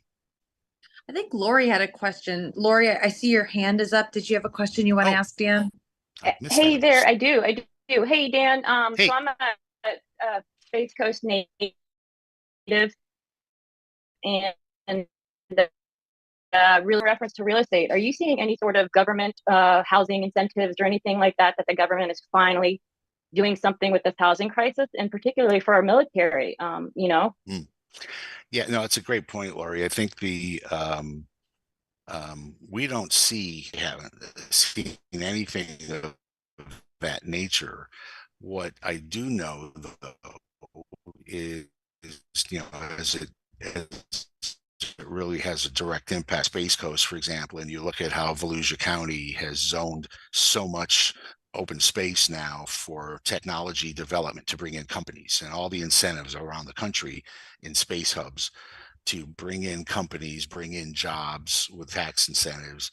I would hope that locally there's similar incentives to find suitable housing, and not just military. Of course, military is a big key, but most of those bases are established. So unless they increase the number of people stationed there, I don't see the military housing picture changing as much. But I think off base, having the ability to expand the residential footprint with some kind of subsidy for incoming workers would be a smart thing to do. Yeah, so Satellite Beach is my village, my backyard. So Patrick Air Force Base, Base Force. We did have, housing for the military, and they dilapidated and they demolished, and then they put up big houses, which just makes me so angry. But there is such a need, and so I'm going to be speaking in a little bit about the things and the projects that I want to be working on. So good. I just wanted to tap into your brain to see if you had noticed anything. I appreciate it. And it takes a lot of local action. We talked about politics. we talked about politics earlier. We talked about needing people in office who know what the heck technology is. If we keep voting for idiots, we're always going to have this problem. And so, I know. I think it's incumbent upon all of us to make sure that we're putting forward candidates who do have some understanding. Granted, as was said before, to run for office, you've either got to have, armor skin, or be completely, tuned out to everything around you, because, you get barbecued if you run for office in this country now. So all we can do is try to find candidates who believe, at the Planetary Society, we have a planetary science caucus. We talked about caucuses earlier with Morgan, and it's something that's been successful, and it went away during COVID, and we're firing it up again. We're very big on space advocacy, policy. We have a big operation in Washington. So, that's something that you have to do, is you have to keep educating, because everybody thinks space is cool. They may not understand it, but when, we put 130 people, we have a day of action in Washington. We had 130 Planetary Society members show up to go walking around to their respective congressional offices to make the case. And it has an impact. It's amazing what one person face to face can do versus sending in a petition with thousands of signatures on it. So STEM education, I think, is critical. We do a lot of STEM focus at the Planetary Society. We're big supporters. I know this whole workforce education issue we talk about for the foundation. We have to keep promoting this, not just here, but worldwide. The involvement, for example, of girls in science in some countries where they've had no access to anything up until now. It's encouraging to see how much activity we're seeing there. There's so many brilliant young minds that are being wasted because they're in countries where the priority has been, feed those in power and feed the military, and don't take care of the people. And so space is an enabler. Technology is an enabler. The Milo Institute at Arizona State, which is a joint venture between Arizona State and Lockheed, is opening a lot of doors for schools, universities, et cetera, in other countries, schools who don't get all the big contracts, which is pretty much mostly everybody, and really trying to promote involvement. And the Middle East is a good example. There's 130 something space agencies in the world now. You don't have to have a NASA to be in space anymore. You need a checkbook. And this is very obvious in the Middle East. You set up your agency, you can buy a space station. You can get astronauts trained in the United States. You can, lease your space out. You can lease space on a commercial station. This is all going to be the norm in 10 years. And so things are going to change dramatically. And as one person told me, the king only wants to see our flag flying in space on a piece of hardware that our country built. You know, it used to be back in the day in the 60s, space was the, rite of passage. If you were in space, you were an advanced country. And that's still the case. Well, it's even more so now with commercial, because now you can buy your way there. You don't have to build your way there. And I think that's going to be the biggest game changer. As far as technology lending itself to the conflict in the Middle East, the assets that are needed for the conflict now are already in place. It's not like something new is going to be built. There's plenty of technology in space over the Middle East, watching, listening, and tracking things. And I think that you have to continue to monitor. And Earth observation is a big market anyway, and it's not just for tracking wildfires and water use, but especially for keeping track of one's adversaries and conflicts. It's made a big difference in the Ukraine conflict, and it'll make a big difference in the Middle East. But for Middle Eastern countries, if they want to be spacefaring and they want US support, because you really can't get to most places without the US's orbital technology and the way we can hit a target from hundreds of millions of miles away. China doesn't have that same capability today. Everybody can get to the moon. That's like being able to get to the end of your backyard in relative terms. Landing things on asteroids, bringing them back, that's a capability that the Russians don't have today, frankly. They're having trouble still landing on the moon. So I think that's something that's going to make a difference as we go forward, is if you want the US to be your partner in space, then you're going to have to be on the right side of history when it comes to conflicts. And that could be a motivating factor for a number of countries. Who do you want to go with China? Go with China. Or if you want to go with the US, go with the US. But it'll be used as a carrot or a stick if it has to be. So I think we have time for a couple more questions, Dan. There was one that just came in on our LinkedIn from Christina. Christina said, peace has been a part of space since the beginning, even though war has been present on Earth. And she wants to know, is it entirely possible to keep it on this trajectory? Yeah, that's a great question, Christina. Peace in space has been around for a long time because there were basically two countries that were there and that had a presence in space, and it was us and Russia. And there was a history of cooperation despite differences on the surface. The Apollo-Soyuz mission in 1975, people may forget that, the great handshake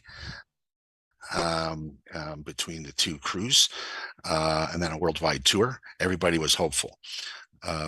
But, we didn't have a long enough time with Russia in, shall we call it, friendly hands. Now we have someone who wants to return to the time of the Soviet Union with the same real estate that the Soviet Union had. And so there can't be that much peace as long as you can't trust the other party. Astronauts are a different animal. I get it. So are scientists. Scientists get along between the US and Russia, and to a great extent between the US and China. It's just that you have to wonder, who's calling the shots and who's under what threat, and has what orders in that relationship. But Russia and the United States have coexisted. You saw when the Ukraine conflict started, the Russian cosmonauts who went to the space station on that first mission afterwards were wearing Ukrainian flags when they went to the space station. That didn't make the Russians on the ground real happy, but it tells you internally that there's more of a desire for peace. It's usually the leaders of countries that mess everything up, not the people. And so I would hope that that's the case.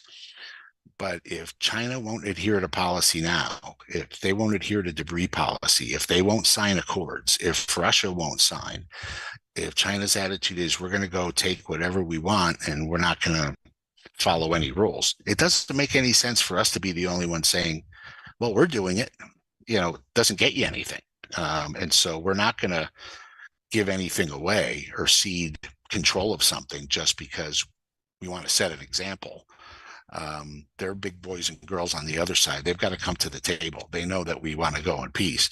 If we were all going together, remember that used to be the thing. We're all going to go to Mars together. It's not going to happen. I don't believe it is. We'll go with some of our allies, Western allies, but the superpowers are going to do their own thing. Hate to say it, but we have time for one more quick question as we wrap up Dan's session, which has been great. The trifecta of the last two as well. Now, this question comes in about space investing. Do you think it's more uncertain with what's going on right now in the Middle East? Well, as somebody who's out there raising capital for the company right this minute, it's a challenge today. I don't see conflict being the issue. I see just economic forces being the issue. I have seen more of a pickup of late. It was just announced today we're part of the Seraphim Space Accelerator here at Freefall, and Seraphim is the preeminent space investor on the planet, and they haven't stopped investing. But they know the sector better than anybody, and I think that's a big reason why you see some VCs slowing down, because most VCs are not space only. The space only VCs, yeah, they may be a little more careful now, but at the end of the day, you're supposed to be out there buying early stage companies with technology of value. That's a good investment in any environment.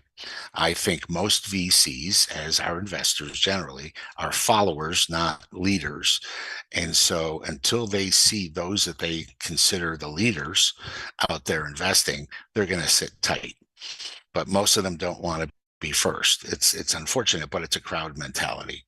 Even with VCs, they take risk, but they don't know specifically what they want to be investing in. They're looking to other sectors. Just put AI after your name and you'll drag money from the moon, regardless of whether you have anything or not. That was the case with .com once upon a time. Well, we appreciate it. Thank you so much, Dan, for being on our Conversations for the Future. My pleasure. Of course, if you can put your information, LinkedIn, email, we would love to connect with you after this. I mean, that's the thing. We're having these conversations and we're connecting and meeting new people, new ideas and new questions. And so, all right. Well, it is new. We're going to move on to one of our favorite segment with the Galaxis girl, Anara Tavir. Anara, science communicator and aerospace connector. She's the president of Multiplanetary Society and executive director of Gaze in Space. Her work focuses on bridging the public and industry to secure our future in space. Coffee on the Moon is one of our regular segments. And in this segment, Anara will be holding interviews to discuss how we can work together to be a multiplanetary society. As always, it's great to see you, Anara, and we've got some great coffee for you prepared this next hour. Likewise, I hope everyone's brought their coffee with them. We're going to need this in space someday. Yeah, I'm excited actually with my guest today, Lori Geisweit. So Lori is a Space Coast native, and she is working to change the paradigm and how we deal with housing, how we deal with entertainment, the way that space connects to other industries. So I'm really excited to have her on today. And she comes from a background of real estate. She's very passionate about finding innovative ways to handle the housing crisis and to tie that into the forward movement that we have in space. Lori, I'm glad to have you on today. I am so happy. I know we've spoken, and I'm happy to see Daniel on here as well. And those that I can't see you, thanks for listening. And it's time to change a lot of things, people. There's so much progressive stuff out there, and there are so many solutions to this housing crisis. And so, Anara, I have a pitch deck. If I could share my screen for those on, and then I can kind of just roll out and just to kind of introduce myself, who April, I am, and then ready? we can take it from there.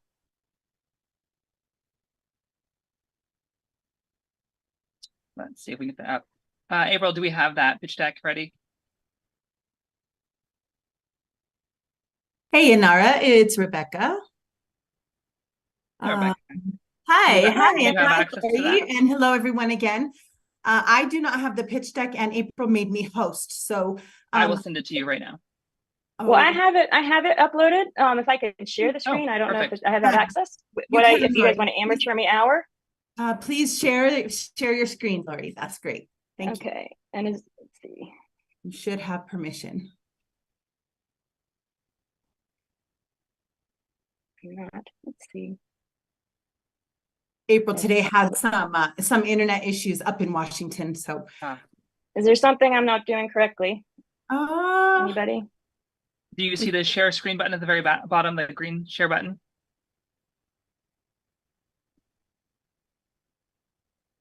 Let's see. Let me know. Is it up? we don't see your share. Do you see the share screen button? The Is it up? green. Yeah, I did it, and it's Okay. it's bouncing Stops. off. So that's okay. I can roll on. So yeah, y'all. So my name's Lori Geiswhite, and I am literally a Space Coast. Oh, there it is. Look at that, Anara. You're magic. Thank you, Anara. So Brevard County, yeah, Brevard County, Florida, y'all. It's also Kennedy Space Center, Cocoa Beach. You know, it's been my backyard on the beaches between Cocoa Beach and Satellite Beach. And on the Space Coast, if I can get a bigger screen here, let me just read some information about the Space Coast. So Brevard County's economy thrives thanks to a variety of industries in space, aeronautics, tech, military, medical, hospitality, cruise industry, and tourism. Florida is positioned as an economic leader and global investors are paying attention. Brevard County Tourism Board is heavily focused on space tourism called Mission Space Coast.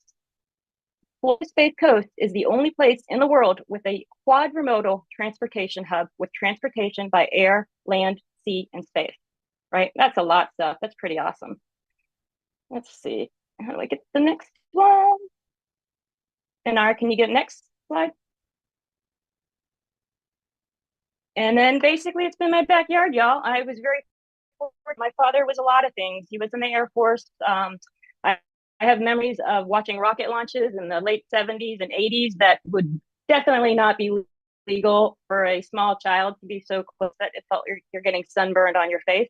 I've seen launches. I've probably seen over 100 launches for sure. I don't know how many astronauts I've passed, and there's something magical about the Space Coast of Florida, and I believe there is a universal magic that comes with it for me. And next slide, please.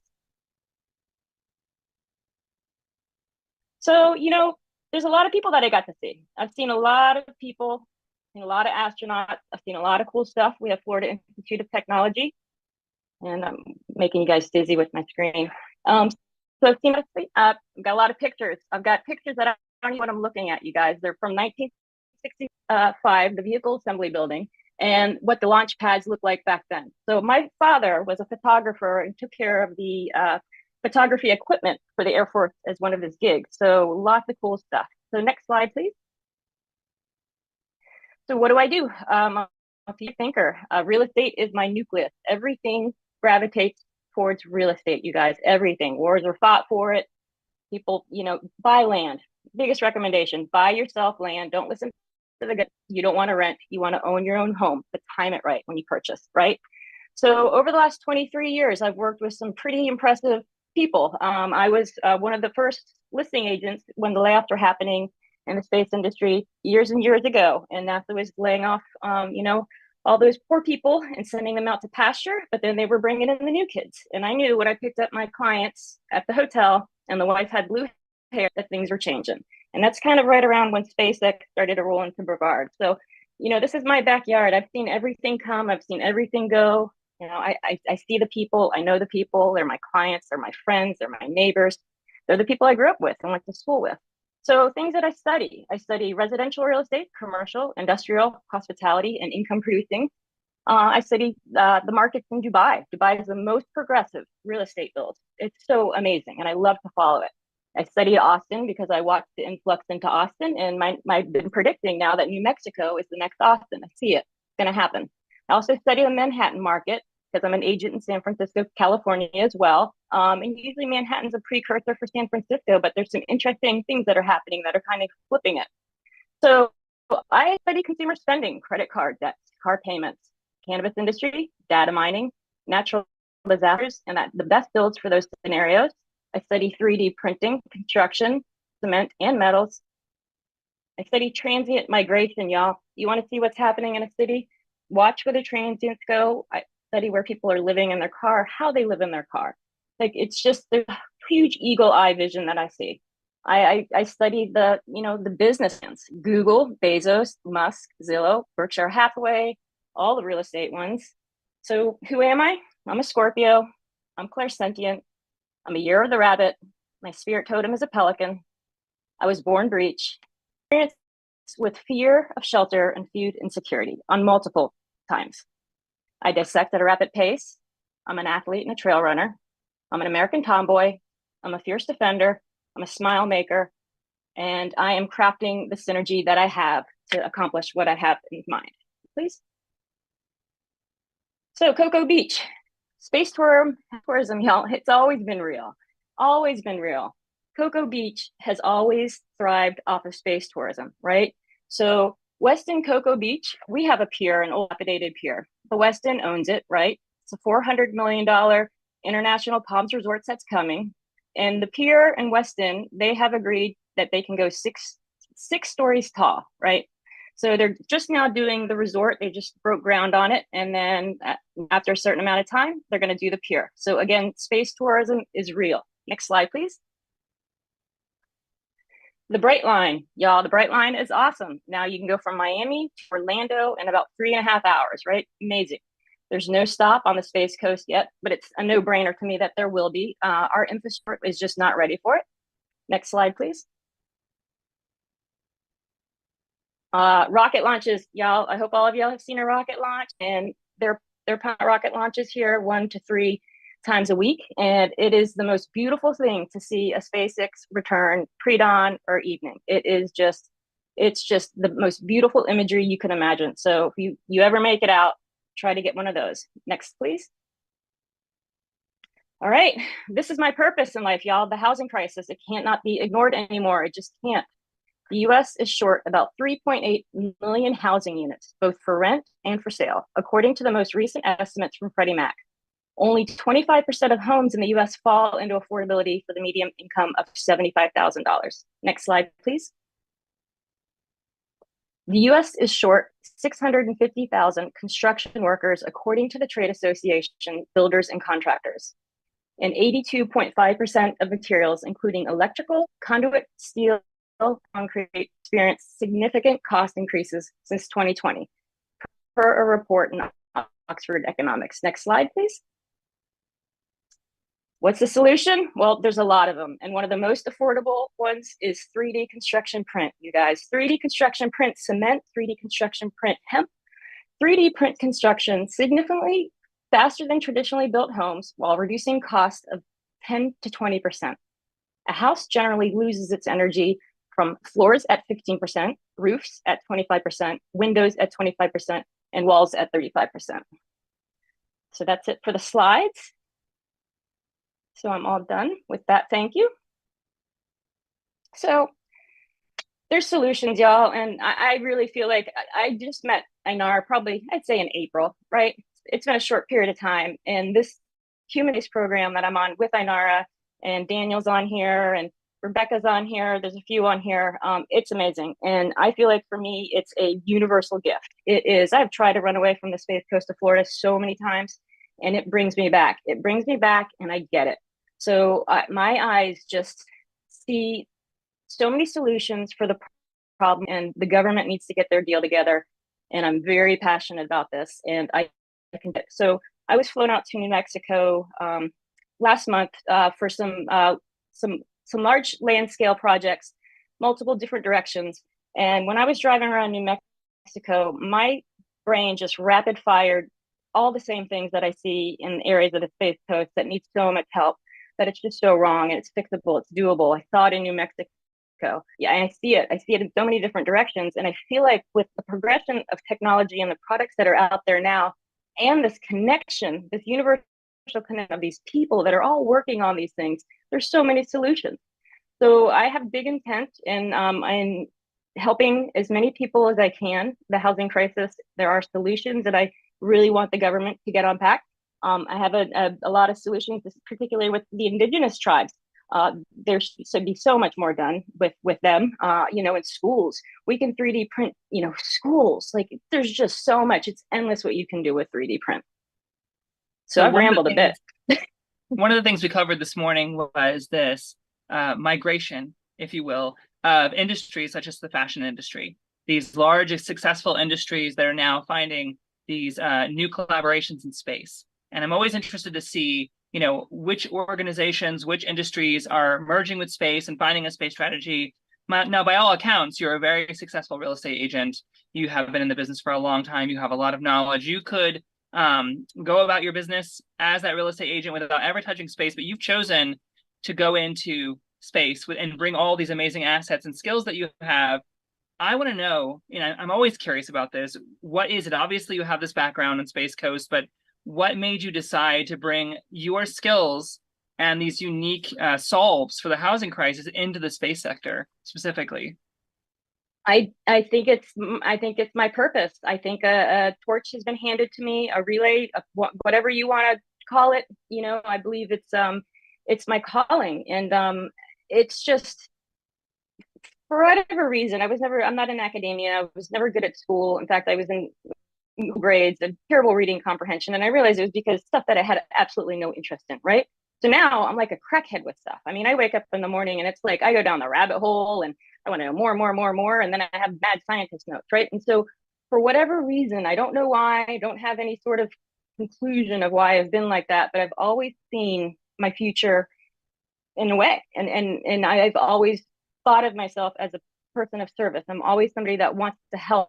And my experiences in my life with housing. But then it's like, I've always thought that the merger between engineering and nature is so beautiful, right? And I think that's probably one of the reasons that I appreciate rocket launches so much, because it's hope, it's progression. And so what I think that I have noticed at a very large scale is what is happening here on planet Earth is a lot of beta testing for intergalactic housing and life, right? Every single country is doing something in a different direction, similar or not similar. But we don't need to build near water anymore. Like there's so many different ways to build. So one of my biggest gripes is, why are we doing things the way we've always been doing it? So the tie-in for me for space is, I just always love to stare up at the sky. It's just in my DNA, right? But then housing crisis here, but then I see the solutions for the intergalactic life are these solutions here on planet Earth, right? Because they are 3D printing.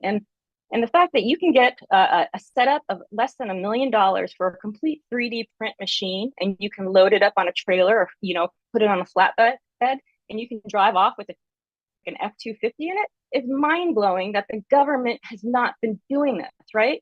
But then it goes into the pre-segment. I think it was Dan that was speaking. He's like, the government's got to get themselves together. It's like, why are we still flying these old outdated rockets? And it's like, we're so stuck in this mentality, and it's business manipulation. And we're so stuck in this mentality of, well, this is how we do it.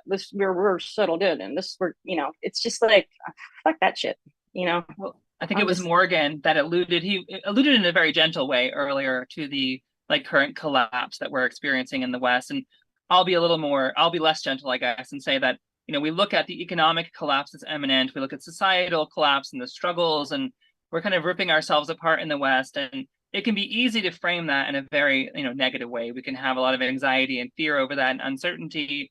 But really, I would say that every great golden era needs that. We kind of need to break things down to build something new. And I'm excited about the possibilities, because as we're seeing these crises, such as the housing crisis, emerge, and it was a bubble, and now it's kind of a long-term situation we're dealing with. We do have these new possibilities of what you're calling the galactic solution. So I love how many projects I'm seeing where people are saying, okay, let's not just solve this housing crisis. How do I build a space city? How do I get a space culture going on Earth? How do we engineer from a space perspective to solve for Earth, but also have that connection to this forward momentum out into space? We have Dan on Daniel Tompkins on the call. Dan, can I bring you in for a minute? Are you on at the moment? Hey, Dan. Hey, how's it going? Hey, Daniel. So Daniel is one of these voices I love that is talking about this very issue of, how do we solve for Earth? Things have to be applicable to our Earth life if we're building for space, and we have to have real long-term solutions. So I'd like to get your perspective on what Lori's talking about, Daniel. Yeah, to go really deep, and literally yesterday's workflow was around doing a standard model ecosystem. You have all these model organisms, but you actually don't have a lot of closed ecosystems, especially a standard one in the scientific community. And as science has rapidly progressed, especially around the human microbiome and the brain-gut axis, we actually were talking about homelessness yesterday. We were talking about how antibiotics and certain diets can cure things like schizophrenia, and how is that connected to homelessness? And even if you have a house for homeless people, they don't even want to go into it, right? They prefer to live out in a natural environment. So actually, could this system, what we started as is just, hey, can we solve for an ecosystem independent of Earth, and can we recreate that and have it be healthy? Led to, wow, okay, nothing like this exists in the scientific community, and it actually has real applicability. So, yeah, it's fascinating that you're coming, talking about housing, right, and homelessness, and it was a conversation just yesterday. Well, I think it's one of these, practical zones. People often think about space, especially when they're not in the community, as this sci-fi, airy-fairy kind of far-off thing that they can't really relate to. But I find that more and more we're having these very practical, down-to-earth conversations from a space perspective. We talk about entrenched industry. A lot of our traditional industries can't or won't think outside of their usual operating mode. And I think the idea of space, it jars people out of that. So now we're looking at, because we can talk about space in a serious way now, because we're looking at, real space mining initiatives starting up, and human space flight and human settlement of space, and these things are becoming common parlance and a reality, then we can start dreaming bigger, I think, when it comes to things like housing and restructuring society. So then we're looking at things like 3D print, for instance, which has been a really popular choice when we're talking about potential moon settlements, printing from the regolith itself, and that's translating back to Earth. Lori, can you talk a little bit about your vision of not only how you foresee us, solving this housing crisis, but where and why you're prioritizing those certain zones? Yeah, so just for example, I was driving from Cocoa Beach this morning to Satellite Beach, where my office is, and I see this big board that says what they're going to build next. And it is the same exact flat level retail building with 6 units in it. That baffled my mind more than anything. We're building better and how we should be and need to live intergalactically, but we're not doing it here on Earth. So why would we put a flat level retail building? Why would we not have a mixed residential capacity, right? And it's, so Ainara's heard me speak about this, the issues with old so here's the thing, and in Florida, in my area, a building built in 1950, 1960, 1970, in my opinion, it is strong. It is one of the best quality builds that it is. The later years, people just didn't have pride in their work anymore. And then you think about a 1950, 1960, 1970 building, and how many hurricanes has it been through? So many, right? So there's these different ideas that I twirl around in my head, right? So you have these old outdated, dilapidated buildings. So can we rip the roof off these buildings? Can we strip them? Can we gut them? And then can we 3D print up? Can we build up over the infrastructure? Or if we have this flat old building that's still in good condition, can we do a 3D build up and over it, right? To add an additional thing. And that would give, if the guy owns his land, maybe a little retail place and he owns the land, then he could do somewhat of a lease, a land lease, So those are solutions with needing more housing and builds in certain areas. But then there's areas that, oh gosh, I could totally see affordable housing communities and schools, and it's just, there's so many solutions. Even if you go to the shipping container thoughts, everyone has the pipe dream of I want to build a shipping container house, but they're affordable. Even plain fuselages. I'm not just talking on planet or on the US, third world countries. There's so many solutions. So for me, I want to take the resources, the connections, the ideas that I have, and I want to flip the script, in so many different locations. Y'all, to have the fear of shelter, it's a horrible feeling. the to worry whether you're going to eat again, like you get a meal and then you're like, okay, when am I going to eat again? That's it shouldn't happen. And so the reality of space and our space progression is going to be fueled by space tourism. It is going to be the world's wealthiest that are helping us to get out to space. And with that help, we're going to be working with the most productive products for intergalactic housing that can be used on planet Earth. And it's a matter of just everyone unifying and doing that. So working very hard on doing that, working very hard on with Inara and another good friend, Vanessa Valor. And we are just, we're trying to unite the solutions that we see. So Inara, I get a little crackhead ADD. I don't know if I even answered your question or if I went somewhere different. No, absolutely. I think an organic conversation is always best. So, no scripts, just let it flow. We have this trend right now, which I love very much. I travel quite a bit, the digital nomad trend and the digital native trend. And that's becoming an embedded culture going forward.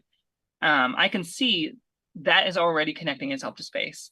So we have these work zones, and people who are working in space more and more can work remotely. So they're drawn to areas that reflect, the industry they're in and the goals that they have, especially when it comes to the networking. And obviously Cocoa Beach, Space Coast, this is a very obvious place to be. If you're in space and you can work remotely, it's a powerful place to network. But more and more, we're seeing other states, other cities that are like, we need a space strategy. You mentioned New Mexico. Can you talk a bit about, how those local governments are receiving these ideas and what they're providing, if anything, to boost that? So yeah, so so I can speak bits and pieces of stuff that I don't even have the answer to. So what I'm understanding with New Mexico, there is a push for the affordable housing scenario that needs to happen. And then there is a reality of Spaceport America and the space industry in New Mexico. And then what follows with that, right? You've got these companies, and then of course they're going to need housing, right? Which is going to be great because it's going to create jobs. And then you're going to need housing for those jobs, and and then you're going to need schools. So I see such fantastic opportunity in New Mexico for growth and in a positive growth, because they're not stuck in the dark ages here like the Space Coast, right? They are thinking, they are seeing it. And so that's really exciting, because this is where so Austin was really cool to watch and analyze and monitor. And now Austin is doing the 3D print hunt. They're building 3D print subdivisions way, like crazy, mad. And one of the companies in particular is building their own like city. So there's going to be that concept that's a trickle effect, of the lessons that were learned, and it's going to be pivoting. And then, Austin is getting crowded. And so, and we know how the job cycle in the space industry and all the industries are, that they're always looking kind of for the next best deal. Where's the best place? And then, where's the best quality of life to raise a family and things of that sort. So New Mexico is going to be a very space tourism themed entity very soon. There's some large scale projects that are so far that are they're pretty solidly green lighted, and the government would really like it because it's going to bring a lot of jobs, and like I said, it's going to bring more to the community. So, and what's the most amazing thing is these projects are global projects, with the most progressive products that I don't even know what's happening. I'm so excited every time I learn something new. I'm like, oh, so like Inara and I have been going down the rabbit hole of 3D print concrete, right, for housing structures. Bam, bam, bam. You can knock out a house in less than a month, right? But then you need a roof, right? And so 3D print hemp, it is amazing. It's great. It's fire retardant, it's eco-friendly. And then same with doors, hemp, and then I've gone down the rabbit hole for what the future of windows and lighting is going to be, so that I can't wait to see that. And so, so I have several people in different directions in the US, out of the US, that a lot of people seem to do legacy properties, or they had this land and they're not sure what to do with it and they want to do something different with it, right? And so there's a bunch of different concepts that are happening, and that I have mad scientists, and I'm kind of creating this master plan, and a lot of these people want to do experiences. And so the different types of things that these people want to do on their land is is just exciting, and it's awesome because I am going to be on the forefront, boots on the ground in places that I'm just like, I cannot wait to see how this stuff works and to learn, and then to tie the business entity of that. That's one thing I'm excited to learn more of too. But the space tourism, it is real, and it is on it's real, and it's on a global scale, and particularly now that the space industry has gone, it's always been international, but now it's really amped up international. The Space Coast of Florida needs to step up its game in another direction as well. It needs to be wise and designed for the future of space tourism, right? So Middle Eastern is not gonna, they're not gonna want to stay at the Cocoa Beach, hotel next to the Dairy Queen. It's just kind of not their kind of vibe.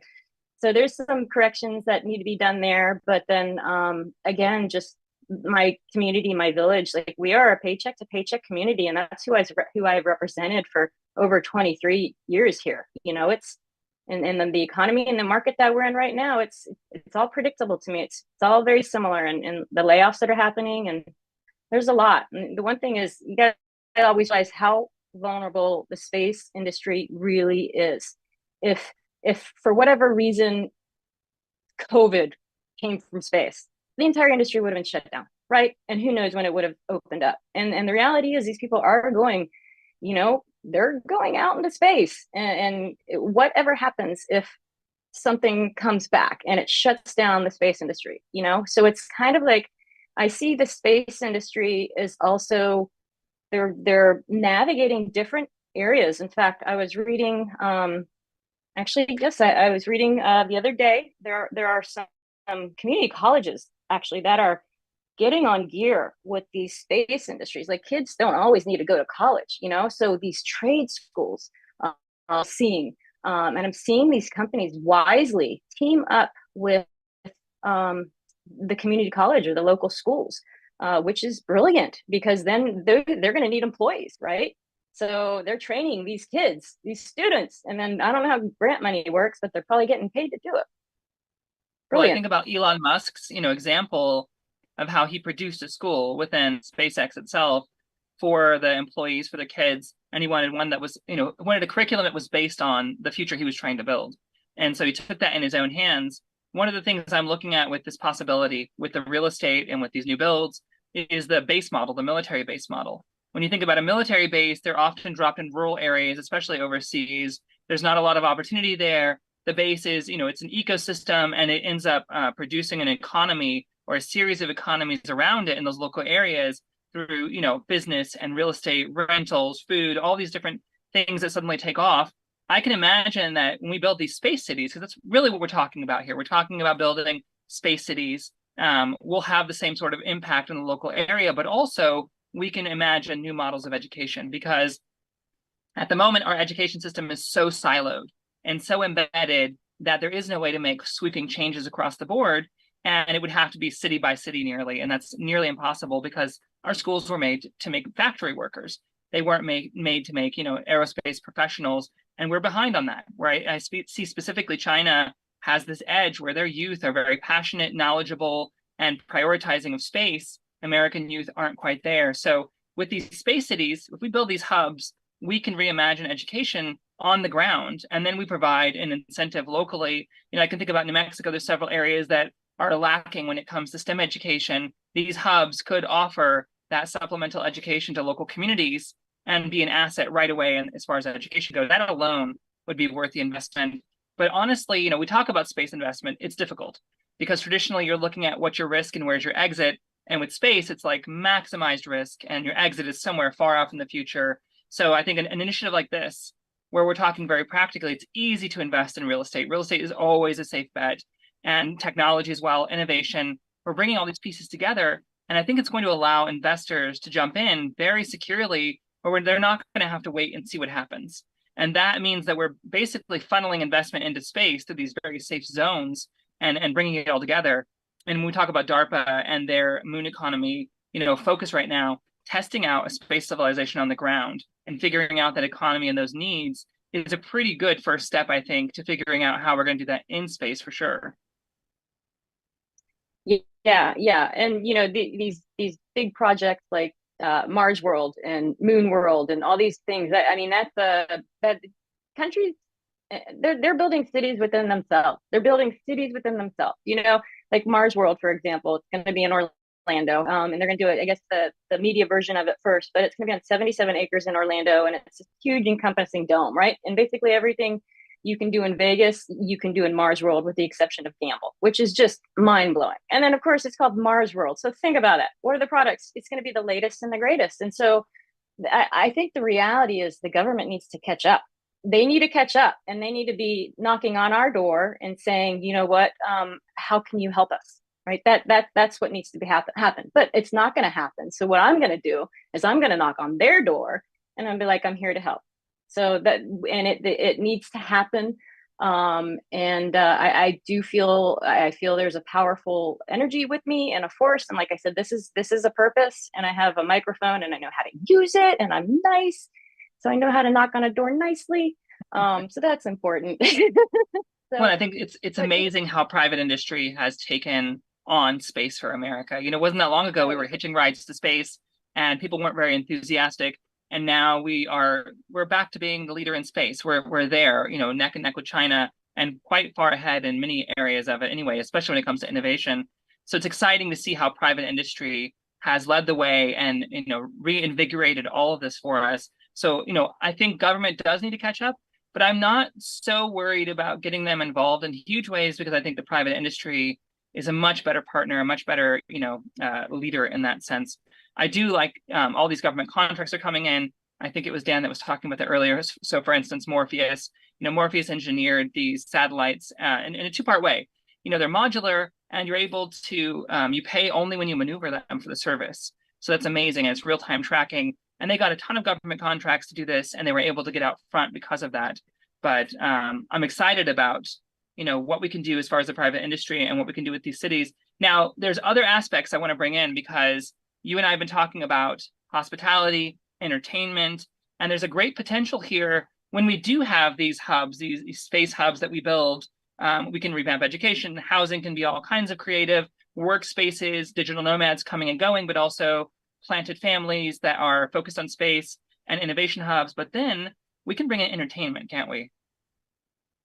Yeah, so that's one thing that I'm excited about. Like, so when I was a little girl, my dreams were crushed. I came home, told the family I knew what I wanted to be, figured it out. I either want to be an astronaut or an archaeologist, right? And you get laughed at. So now at 47 years old, I'm like, well, maybe I can do both, right? So I have that thing but the reality is I feel like I'm too flighty to actually be a real astronaut, but I would love to have a party in space, with the views where I can just don't have to have responsibilities, and I can just lounge and stare at the sky. And so that is happening. And I was really surprised to see how many space tourism companies that are happening with the balloon kind of concept, right? Space perspective, like that looks amazing. That looks fun, and just the different, So Ainara, what are there's like what's the blimp style and Yeah, so Worldview and Space Perspective are two that I'm following really closely. Worldview is one of the leaders, I would say maybe the leader in space payloads at the moment,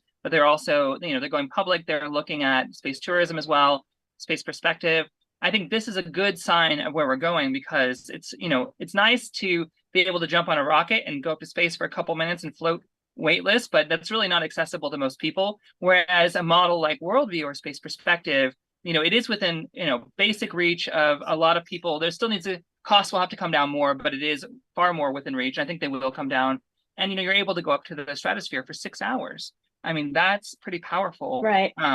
But I would say, and once there's more product, though, it won't be such a monopoly, but to start it out, it's gonna be the uber wealthy. I mean, you can have weddings, you can have bar mitzvahs, you can have birthday parties, anniversaries, you can get married, that'd be awesome. Like, get married sign me in up. space. Right? My next wedding is in space, 100%. Like that's the ultimate. Get married in the stratosphere. I know. But that comes to the concepts like we discussed, can you get pregnant in space? What happens? Can you, if you conceive in space? And so the space industry is still trying to figure that stuff out, right? For liability reasons, probably, as well. So but and so that's the thing is like New Mexico, you know, it's got the space. It's got the space. It's got more space to amp up space tourism than what Florida has, right?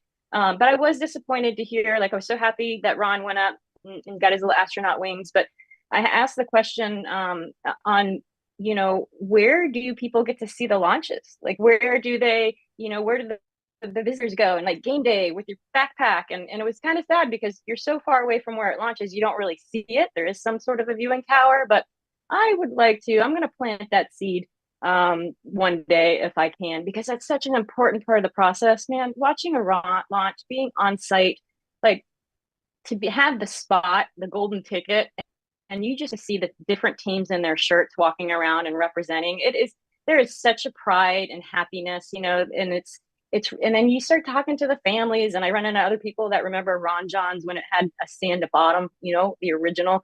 It's just, it has that energy and the beauty to it. And even just to watch it on the beach or just anywhere here, it's spectacular. And so that's one thing I want them to keep in mind is, you know, you're going to have space tourism. Not everyone can fly, but you got to at least give people things to see.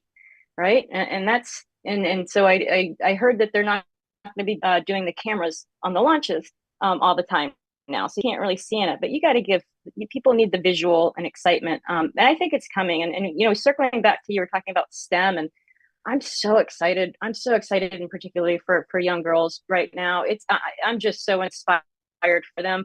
I've gone to a couple events to just the most brilliant children in the world, you know, congregate for some contest. And I'm just so excited to see these kids, you know, but these girls, these little girls that are same level, you know, or above, you know, just stars in their eyes, and just they can do so much. And I think that's going to be a very large part of getting the government on board, because I see these kids, these age this now, the sky is the limit, and they see things that are wrong. You know, they see things as they are, not how they pretend to be.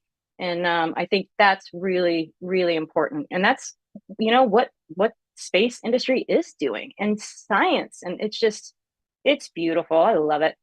Well, I think it's one of the strengths of the private industry for sure, is that, you know, we have a long way to go, obviously, but we are seeing quite a bit more diversity in the workplace when it comes to the private industry, and that active promotion and marketing to people who've been left behind, groups of people, ethnic minorities, women, and others who've been left behind in the space industry. It's getting better and better, and I think in big ways. And so I think it's another thing we can do when we're talking about these space hubs. You know, we talk about tourism. You know, the rocket tourism has really boomed. I remember when, you know, talking about rocket launches online, no one really cared.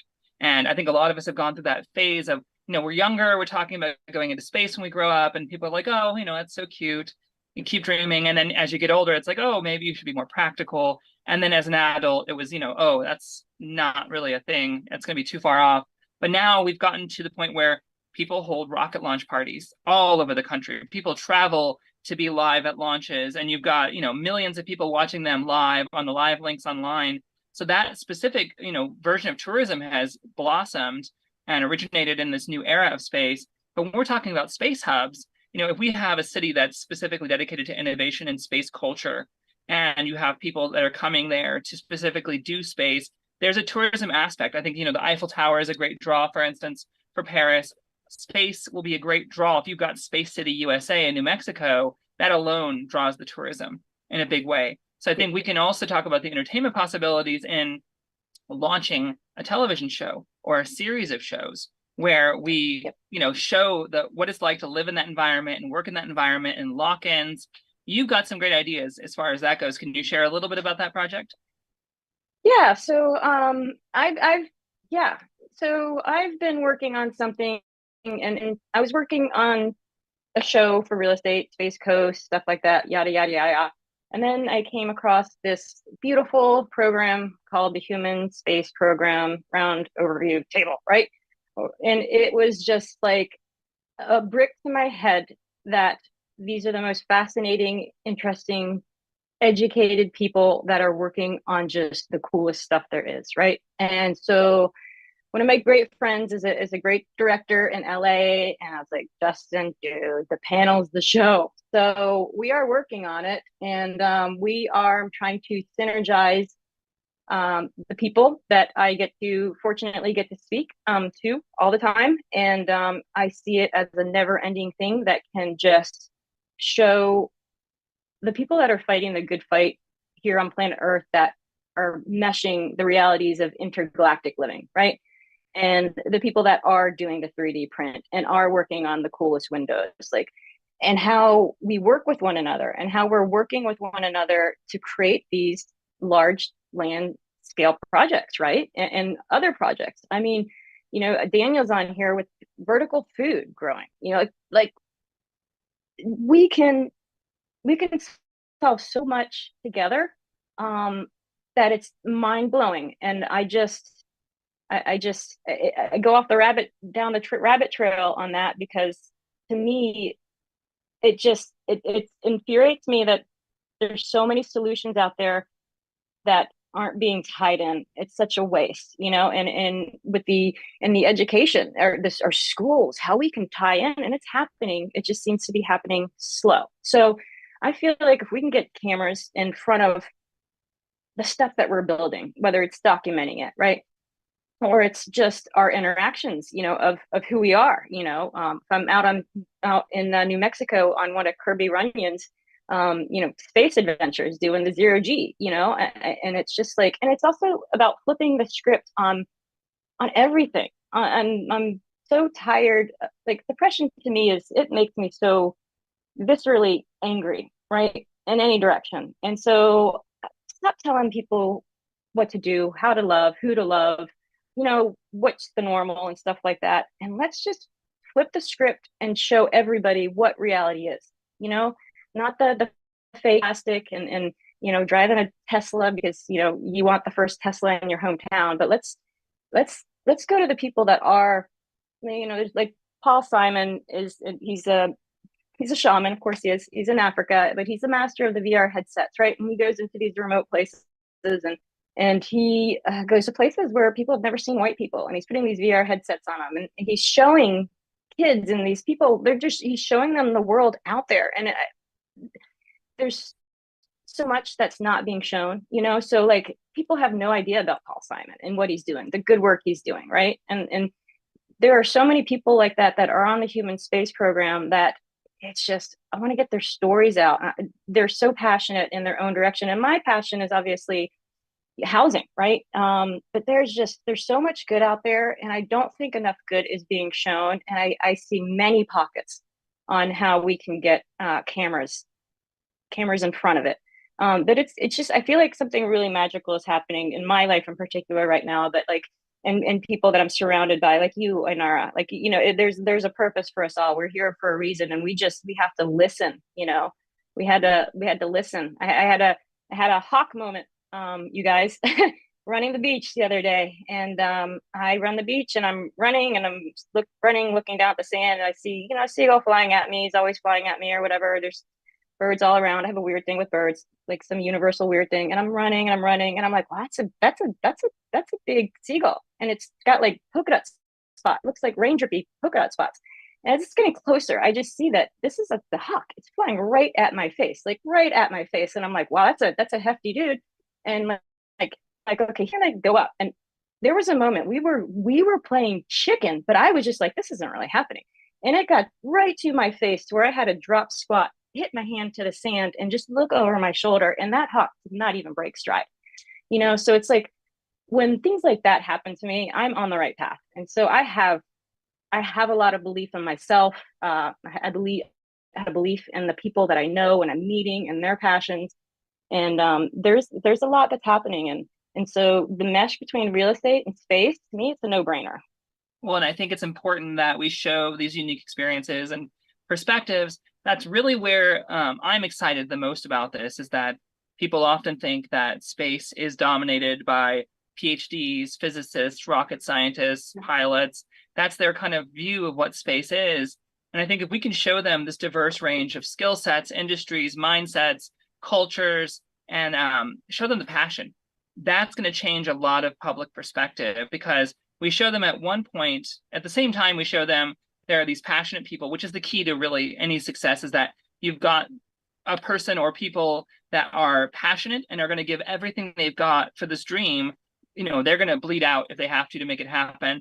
That's the kind of people that make success for any industry. So we show that passion, but we also show these different perspectives. And the fact that this is happening, that's going to galvanize the public. It's going to galvanize the investors. It's going to galvanize these cross-pollinating industries when they see that reality behind the scenes and just how wide those perspectives and experiences are, and all the different kinds of projects. It's the real beauty of what space is right now, is that, you know, beyond the organizations or companies like Blue Origin or SpaceX, which are doing a great job, you've got thousands of organizations and communities out there and projects that are really unique that will be contributing to an actual, you know, space civilization. If we can get that on the screen, if we can get the people on screen that are doing these things, then I think we have the ability to force multiply and make this move even quicker across the board. I agree. So, And with the progressive products, if we can get the government, you know, to back us to improve these areas. I mean, great creations are created from the space industry, and this is one of those things. This is one of those moments. absolutely. So we've got about 10 minutes left. I'd love to take some questions. Meredith or Rebecca, do we have any questions off of LinkedIn or other sites?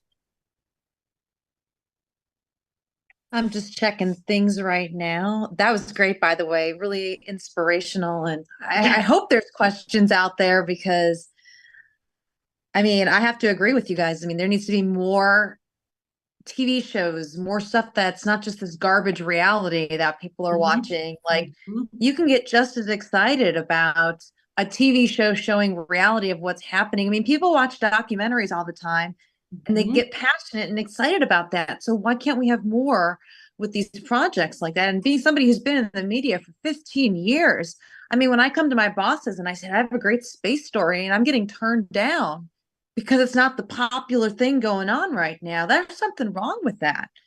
And I've got 15 years of experience, and I'm coming to my bosses with people to interview and stories to tell, and I'm getting turned down. We need to work together to stop this and to start to get more of these stories out there that are going to be making a difference. Absolutely. Well, I look at the debacle that was Mars One. You know, I was one of the administrators for Mars One back in the day, and one of the first to leave jump ship. If you're not familiar with that project, you know, Mars One was this idea of a reality TV show, and they were going to send people to Mars in a one-way trip, and they were going to film it. And unfortunately, that wasn't really possible at the time. But the great thing about Mars One is that it got millions of people. And this was not a common factor back then. This wasn't a common occurrence. It got millions of regular people excited about space. And so many, I mean, millions of people signed up for a one-way trip to Mars.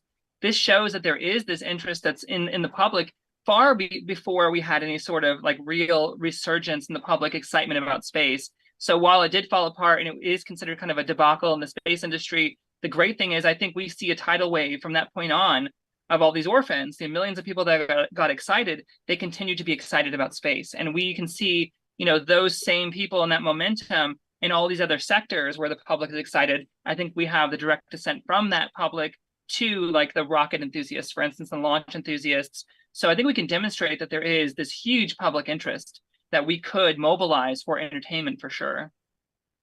And be so educational, right? I mean, exciting educational. Like kids have no idea. Like, and it's so yeah. So I have the visual of it, the show, that the one in my mind is I see it being filmed in New Mexico with a handful of cast have agreed to it, and it's just we're working on. We need the last investor. We need money. We need basically what everyone's looking for. But it's going to happen, and we have some options to pitch it to. So, but there should be more of it. You know, think of all the channels. And Daniel, you've come on screen. Would you like to jump into the conversation? Yeah, I mean, when you talk about filming it, right? Like right now, so Biosphere, interesting enough, took $1 billion to build in today's world, right? And it was largely a film. I mean, it's really interesting. It was really fascinating, right? But it got mothballed, and it had, you know, the story and narrative behind it is sometimes confusing and sometimes weird, just frankly. And like right now, I'm like, so coming back from it, I just did my first trip there. So I'm an agricultural scientist. and I just did my first trip there last week with the Mars Society. And, I thought, there's nothing living independent of Earth's natural resources. Is not even a mouse on Earth like lives in a closed ecosystem. Like we've abandoned this thought of kind of disconnecting from Earth's natural resources. Whereas going to space, it's all about creating resources there. So I said, how do I get this, in the hand? I saw these engineers trying to tackle this problem, and instead of trying to come at it from a biologist point of view, I said, we need a different context. We need a context for them to understand of inputs and outputs and like a model system, so that it's not just, oh, here's the magical biosphere, right? Like, and everything's happening internalized. You need products coming out of it. You need inputs, products coming out of it, things compartmentalized for the engineered mindset. And then that kind of led me down into this model ecosystem thing. But like here, I've got a closed bag loop system, right, for less than $100. And how do you get this into every school? So like, this is the weird stuff that we do. That's like, how do you film this stuff? I mean, I've had numerous rounds of media, and it's like, I'm talking about bioplastics and renewable chemicals and stuff, and it's not always the most exciting thing, ultimately. So yeah, very interested, Lori, and what you have to hear. And another player in this is Morgan Gendel, who some of you may know, Star Trek screenwriter for Next Generation. He's going through a kind of a storyboard for us, and he has some interest in a media company to follow him around in what he's developing, and maybe some other side stories and stuff. So it's really interesting trying to get this. It's a strong narrative, but it's a deep narrative, and it's often just like a confusing one. Okay, well, what are we really trying to solve, for here, or what are we really trying to do? Absolutely. So Meredith, I'd love to get your perspective. You talk about your 15 years of experience. You've been very successful in your industry. What can we do from your perspective to make this more palatable or enticing to the entertainment industry? I think what everybody's touching on here is to get out there, to go to local TV stations and maybe start there. Because a lot of times when I've worked for national networks, and sometimes our main stories come from that small town in Montana that did a story, and it's so unique and so different that next thing you know, the network picked it up. And then next thing you know, when ABC News runs it, CBS wants to compete, so then they run it. And so don't think you have to go right to Good Morning America and say, I have an idea. Sometimes it's going to those local media people that or people in the industry and say, hey, I've got this story idea. For example, someone like myself, I've got contacts all over the country. Maybe going to that local station in Orlando with Space Coast stuff and saying, hey, I got something really cool, because TV stations are struggling too, because a lot of stuff is going digital. And so the networks are doing great because they have all the shows, the Good Morning America, Today Show. So local networks want to be hyper local. They want to put stuff on their screen that people can watch in their communities and say, hey, that's my neighborhood. This is cool. And then that starts to grow. And then the sharing starts to go on social media. And next thing you know, you have a local town that's being highlighted by a local TV station that gets picked up regionally and then nationally. And then next thing you know, everybody's talking about it. So it's not being afraid. And, you can send a million emails, but go on social media, have examples, go to your local reporters, because I know there's a bias. And let's be honest, there's always one side or the other side with reporting and whatnot. But I'll tell you something, you find the right journalist, you find the right passionate person. And I know so many of my friends that are meteorologists that have seen what I've done for space.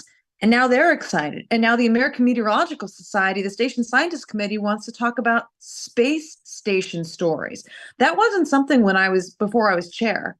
And after I was chair, now I'm pushing these things. Other people that are passionate about space are bringing up topics and stories. So it all starts with just getting out there and not being afraid to pitch something, but knowing it's okay to start small, because just like we know with a little crack, sometimes it takes a couple days, but then it expands. And so don't be afraid. I mean, I'm a great media contact. I mean, I've been working with Inara now. We've done stuff with Inspiration 24.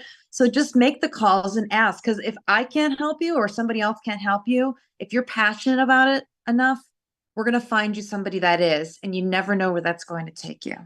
I think that's a powerful message to put out there, is that we do have permission to chart this course and to tell our stories and to make it relevant and to connect with our local communities in this huge way. So powerful, absolutely. Anyone that wants to be part of this, reach out to us on social media. We'd love to broaden this project and look at the possibilities, maybe go into a documentary for sure. I agree. And like we've been saying this whole time, it all starts with us connecting and coming together, because you can do one thing as an individual, but when you find like-minded people, when you find passionate people, then you start to grow the trend, and then people can see your passion and they know it's real, and then it starts to grow. And so that's why we're doing things like this. That's why we're volunteering our time to come on podcasts and episodes like this, in case that one person hears something, and then one person hears what we're talking about, and next thing you know, we got a funder because they like what they heard that one person say. So thank you so much, Anara. Thank you, Lori. Thank you, everybody, for being part of Foundation for the Future's Conversations for the Future. Now, we're not going to have our next one until January, but I give everybody homework to go out to at least 3 people and tell them about what we're doing, but also make a promise to yourself that if you're passionate about something, you're not going to give up. You're going to reach out to people. You're going to take chances. You're going to take risks. You're going to fail, but you will succeed if you keep going and you believe in yourself, as well as what we can accomplish together. Thanks, everybody. Thank you so much for the time. I appreciate it.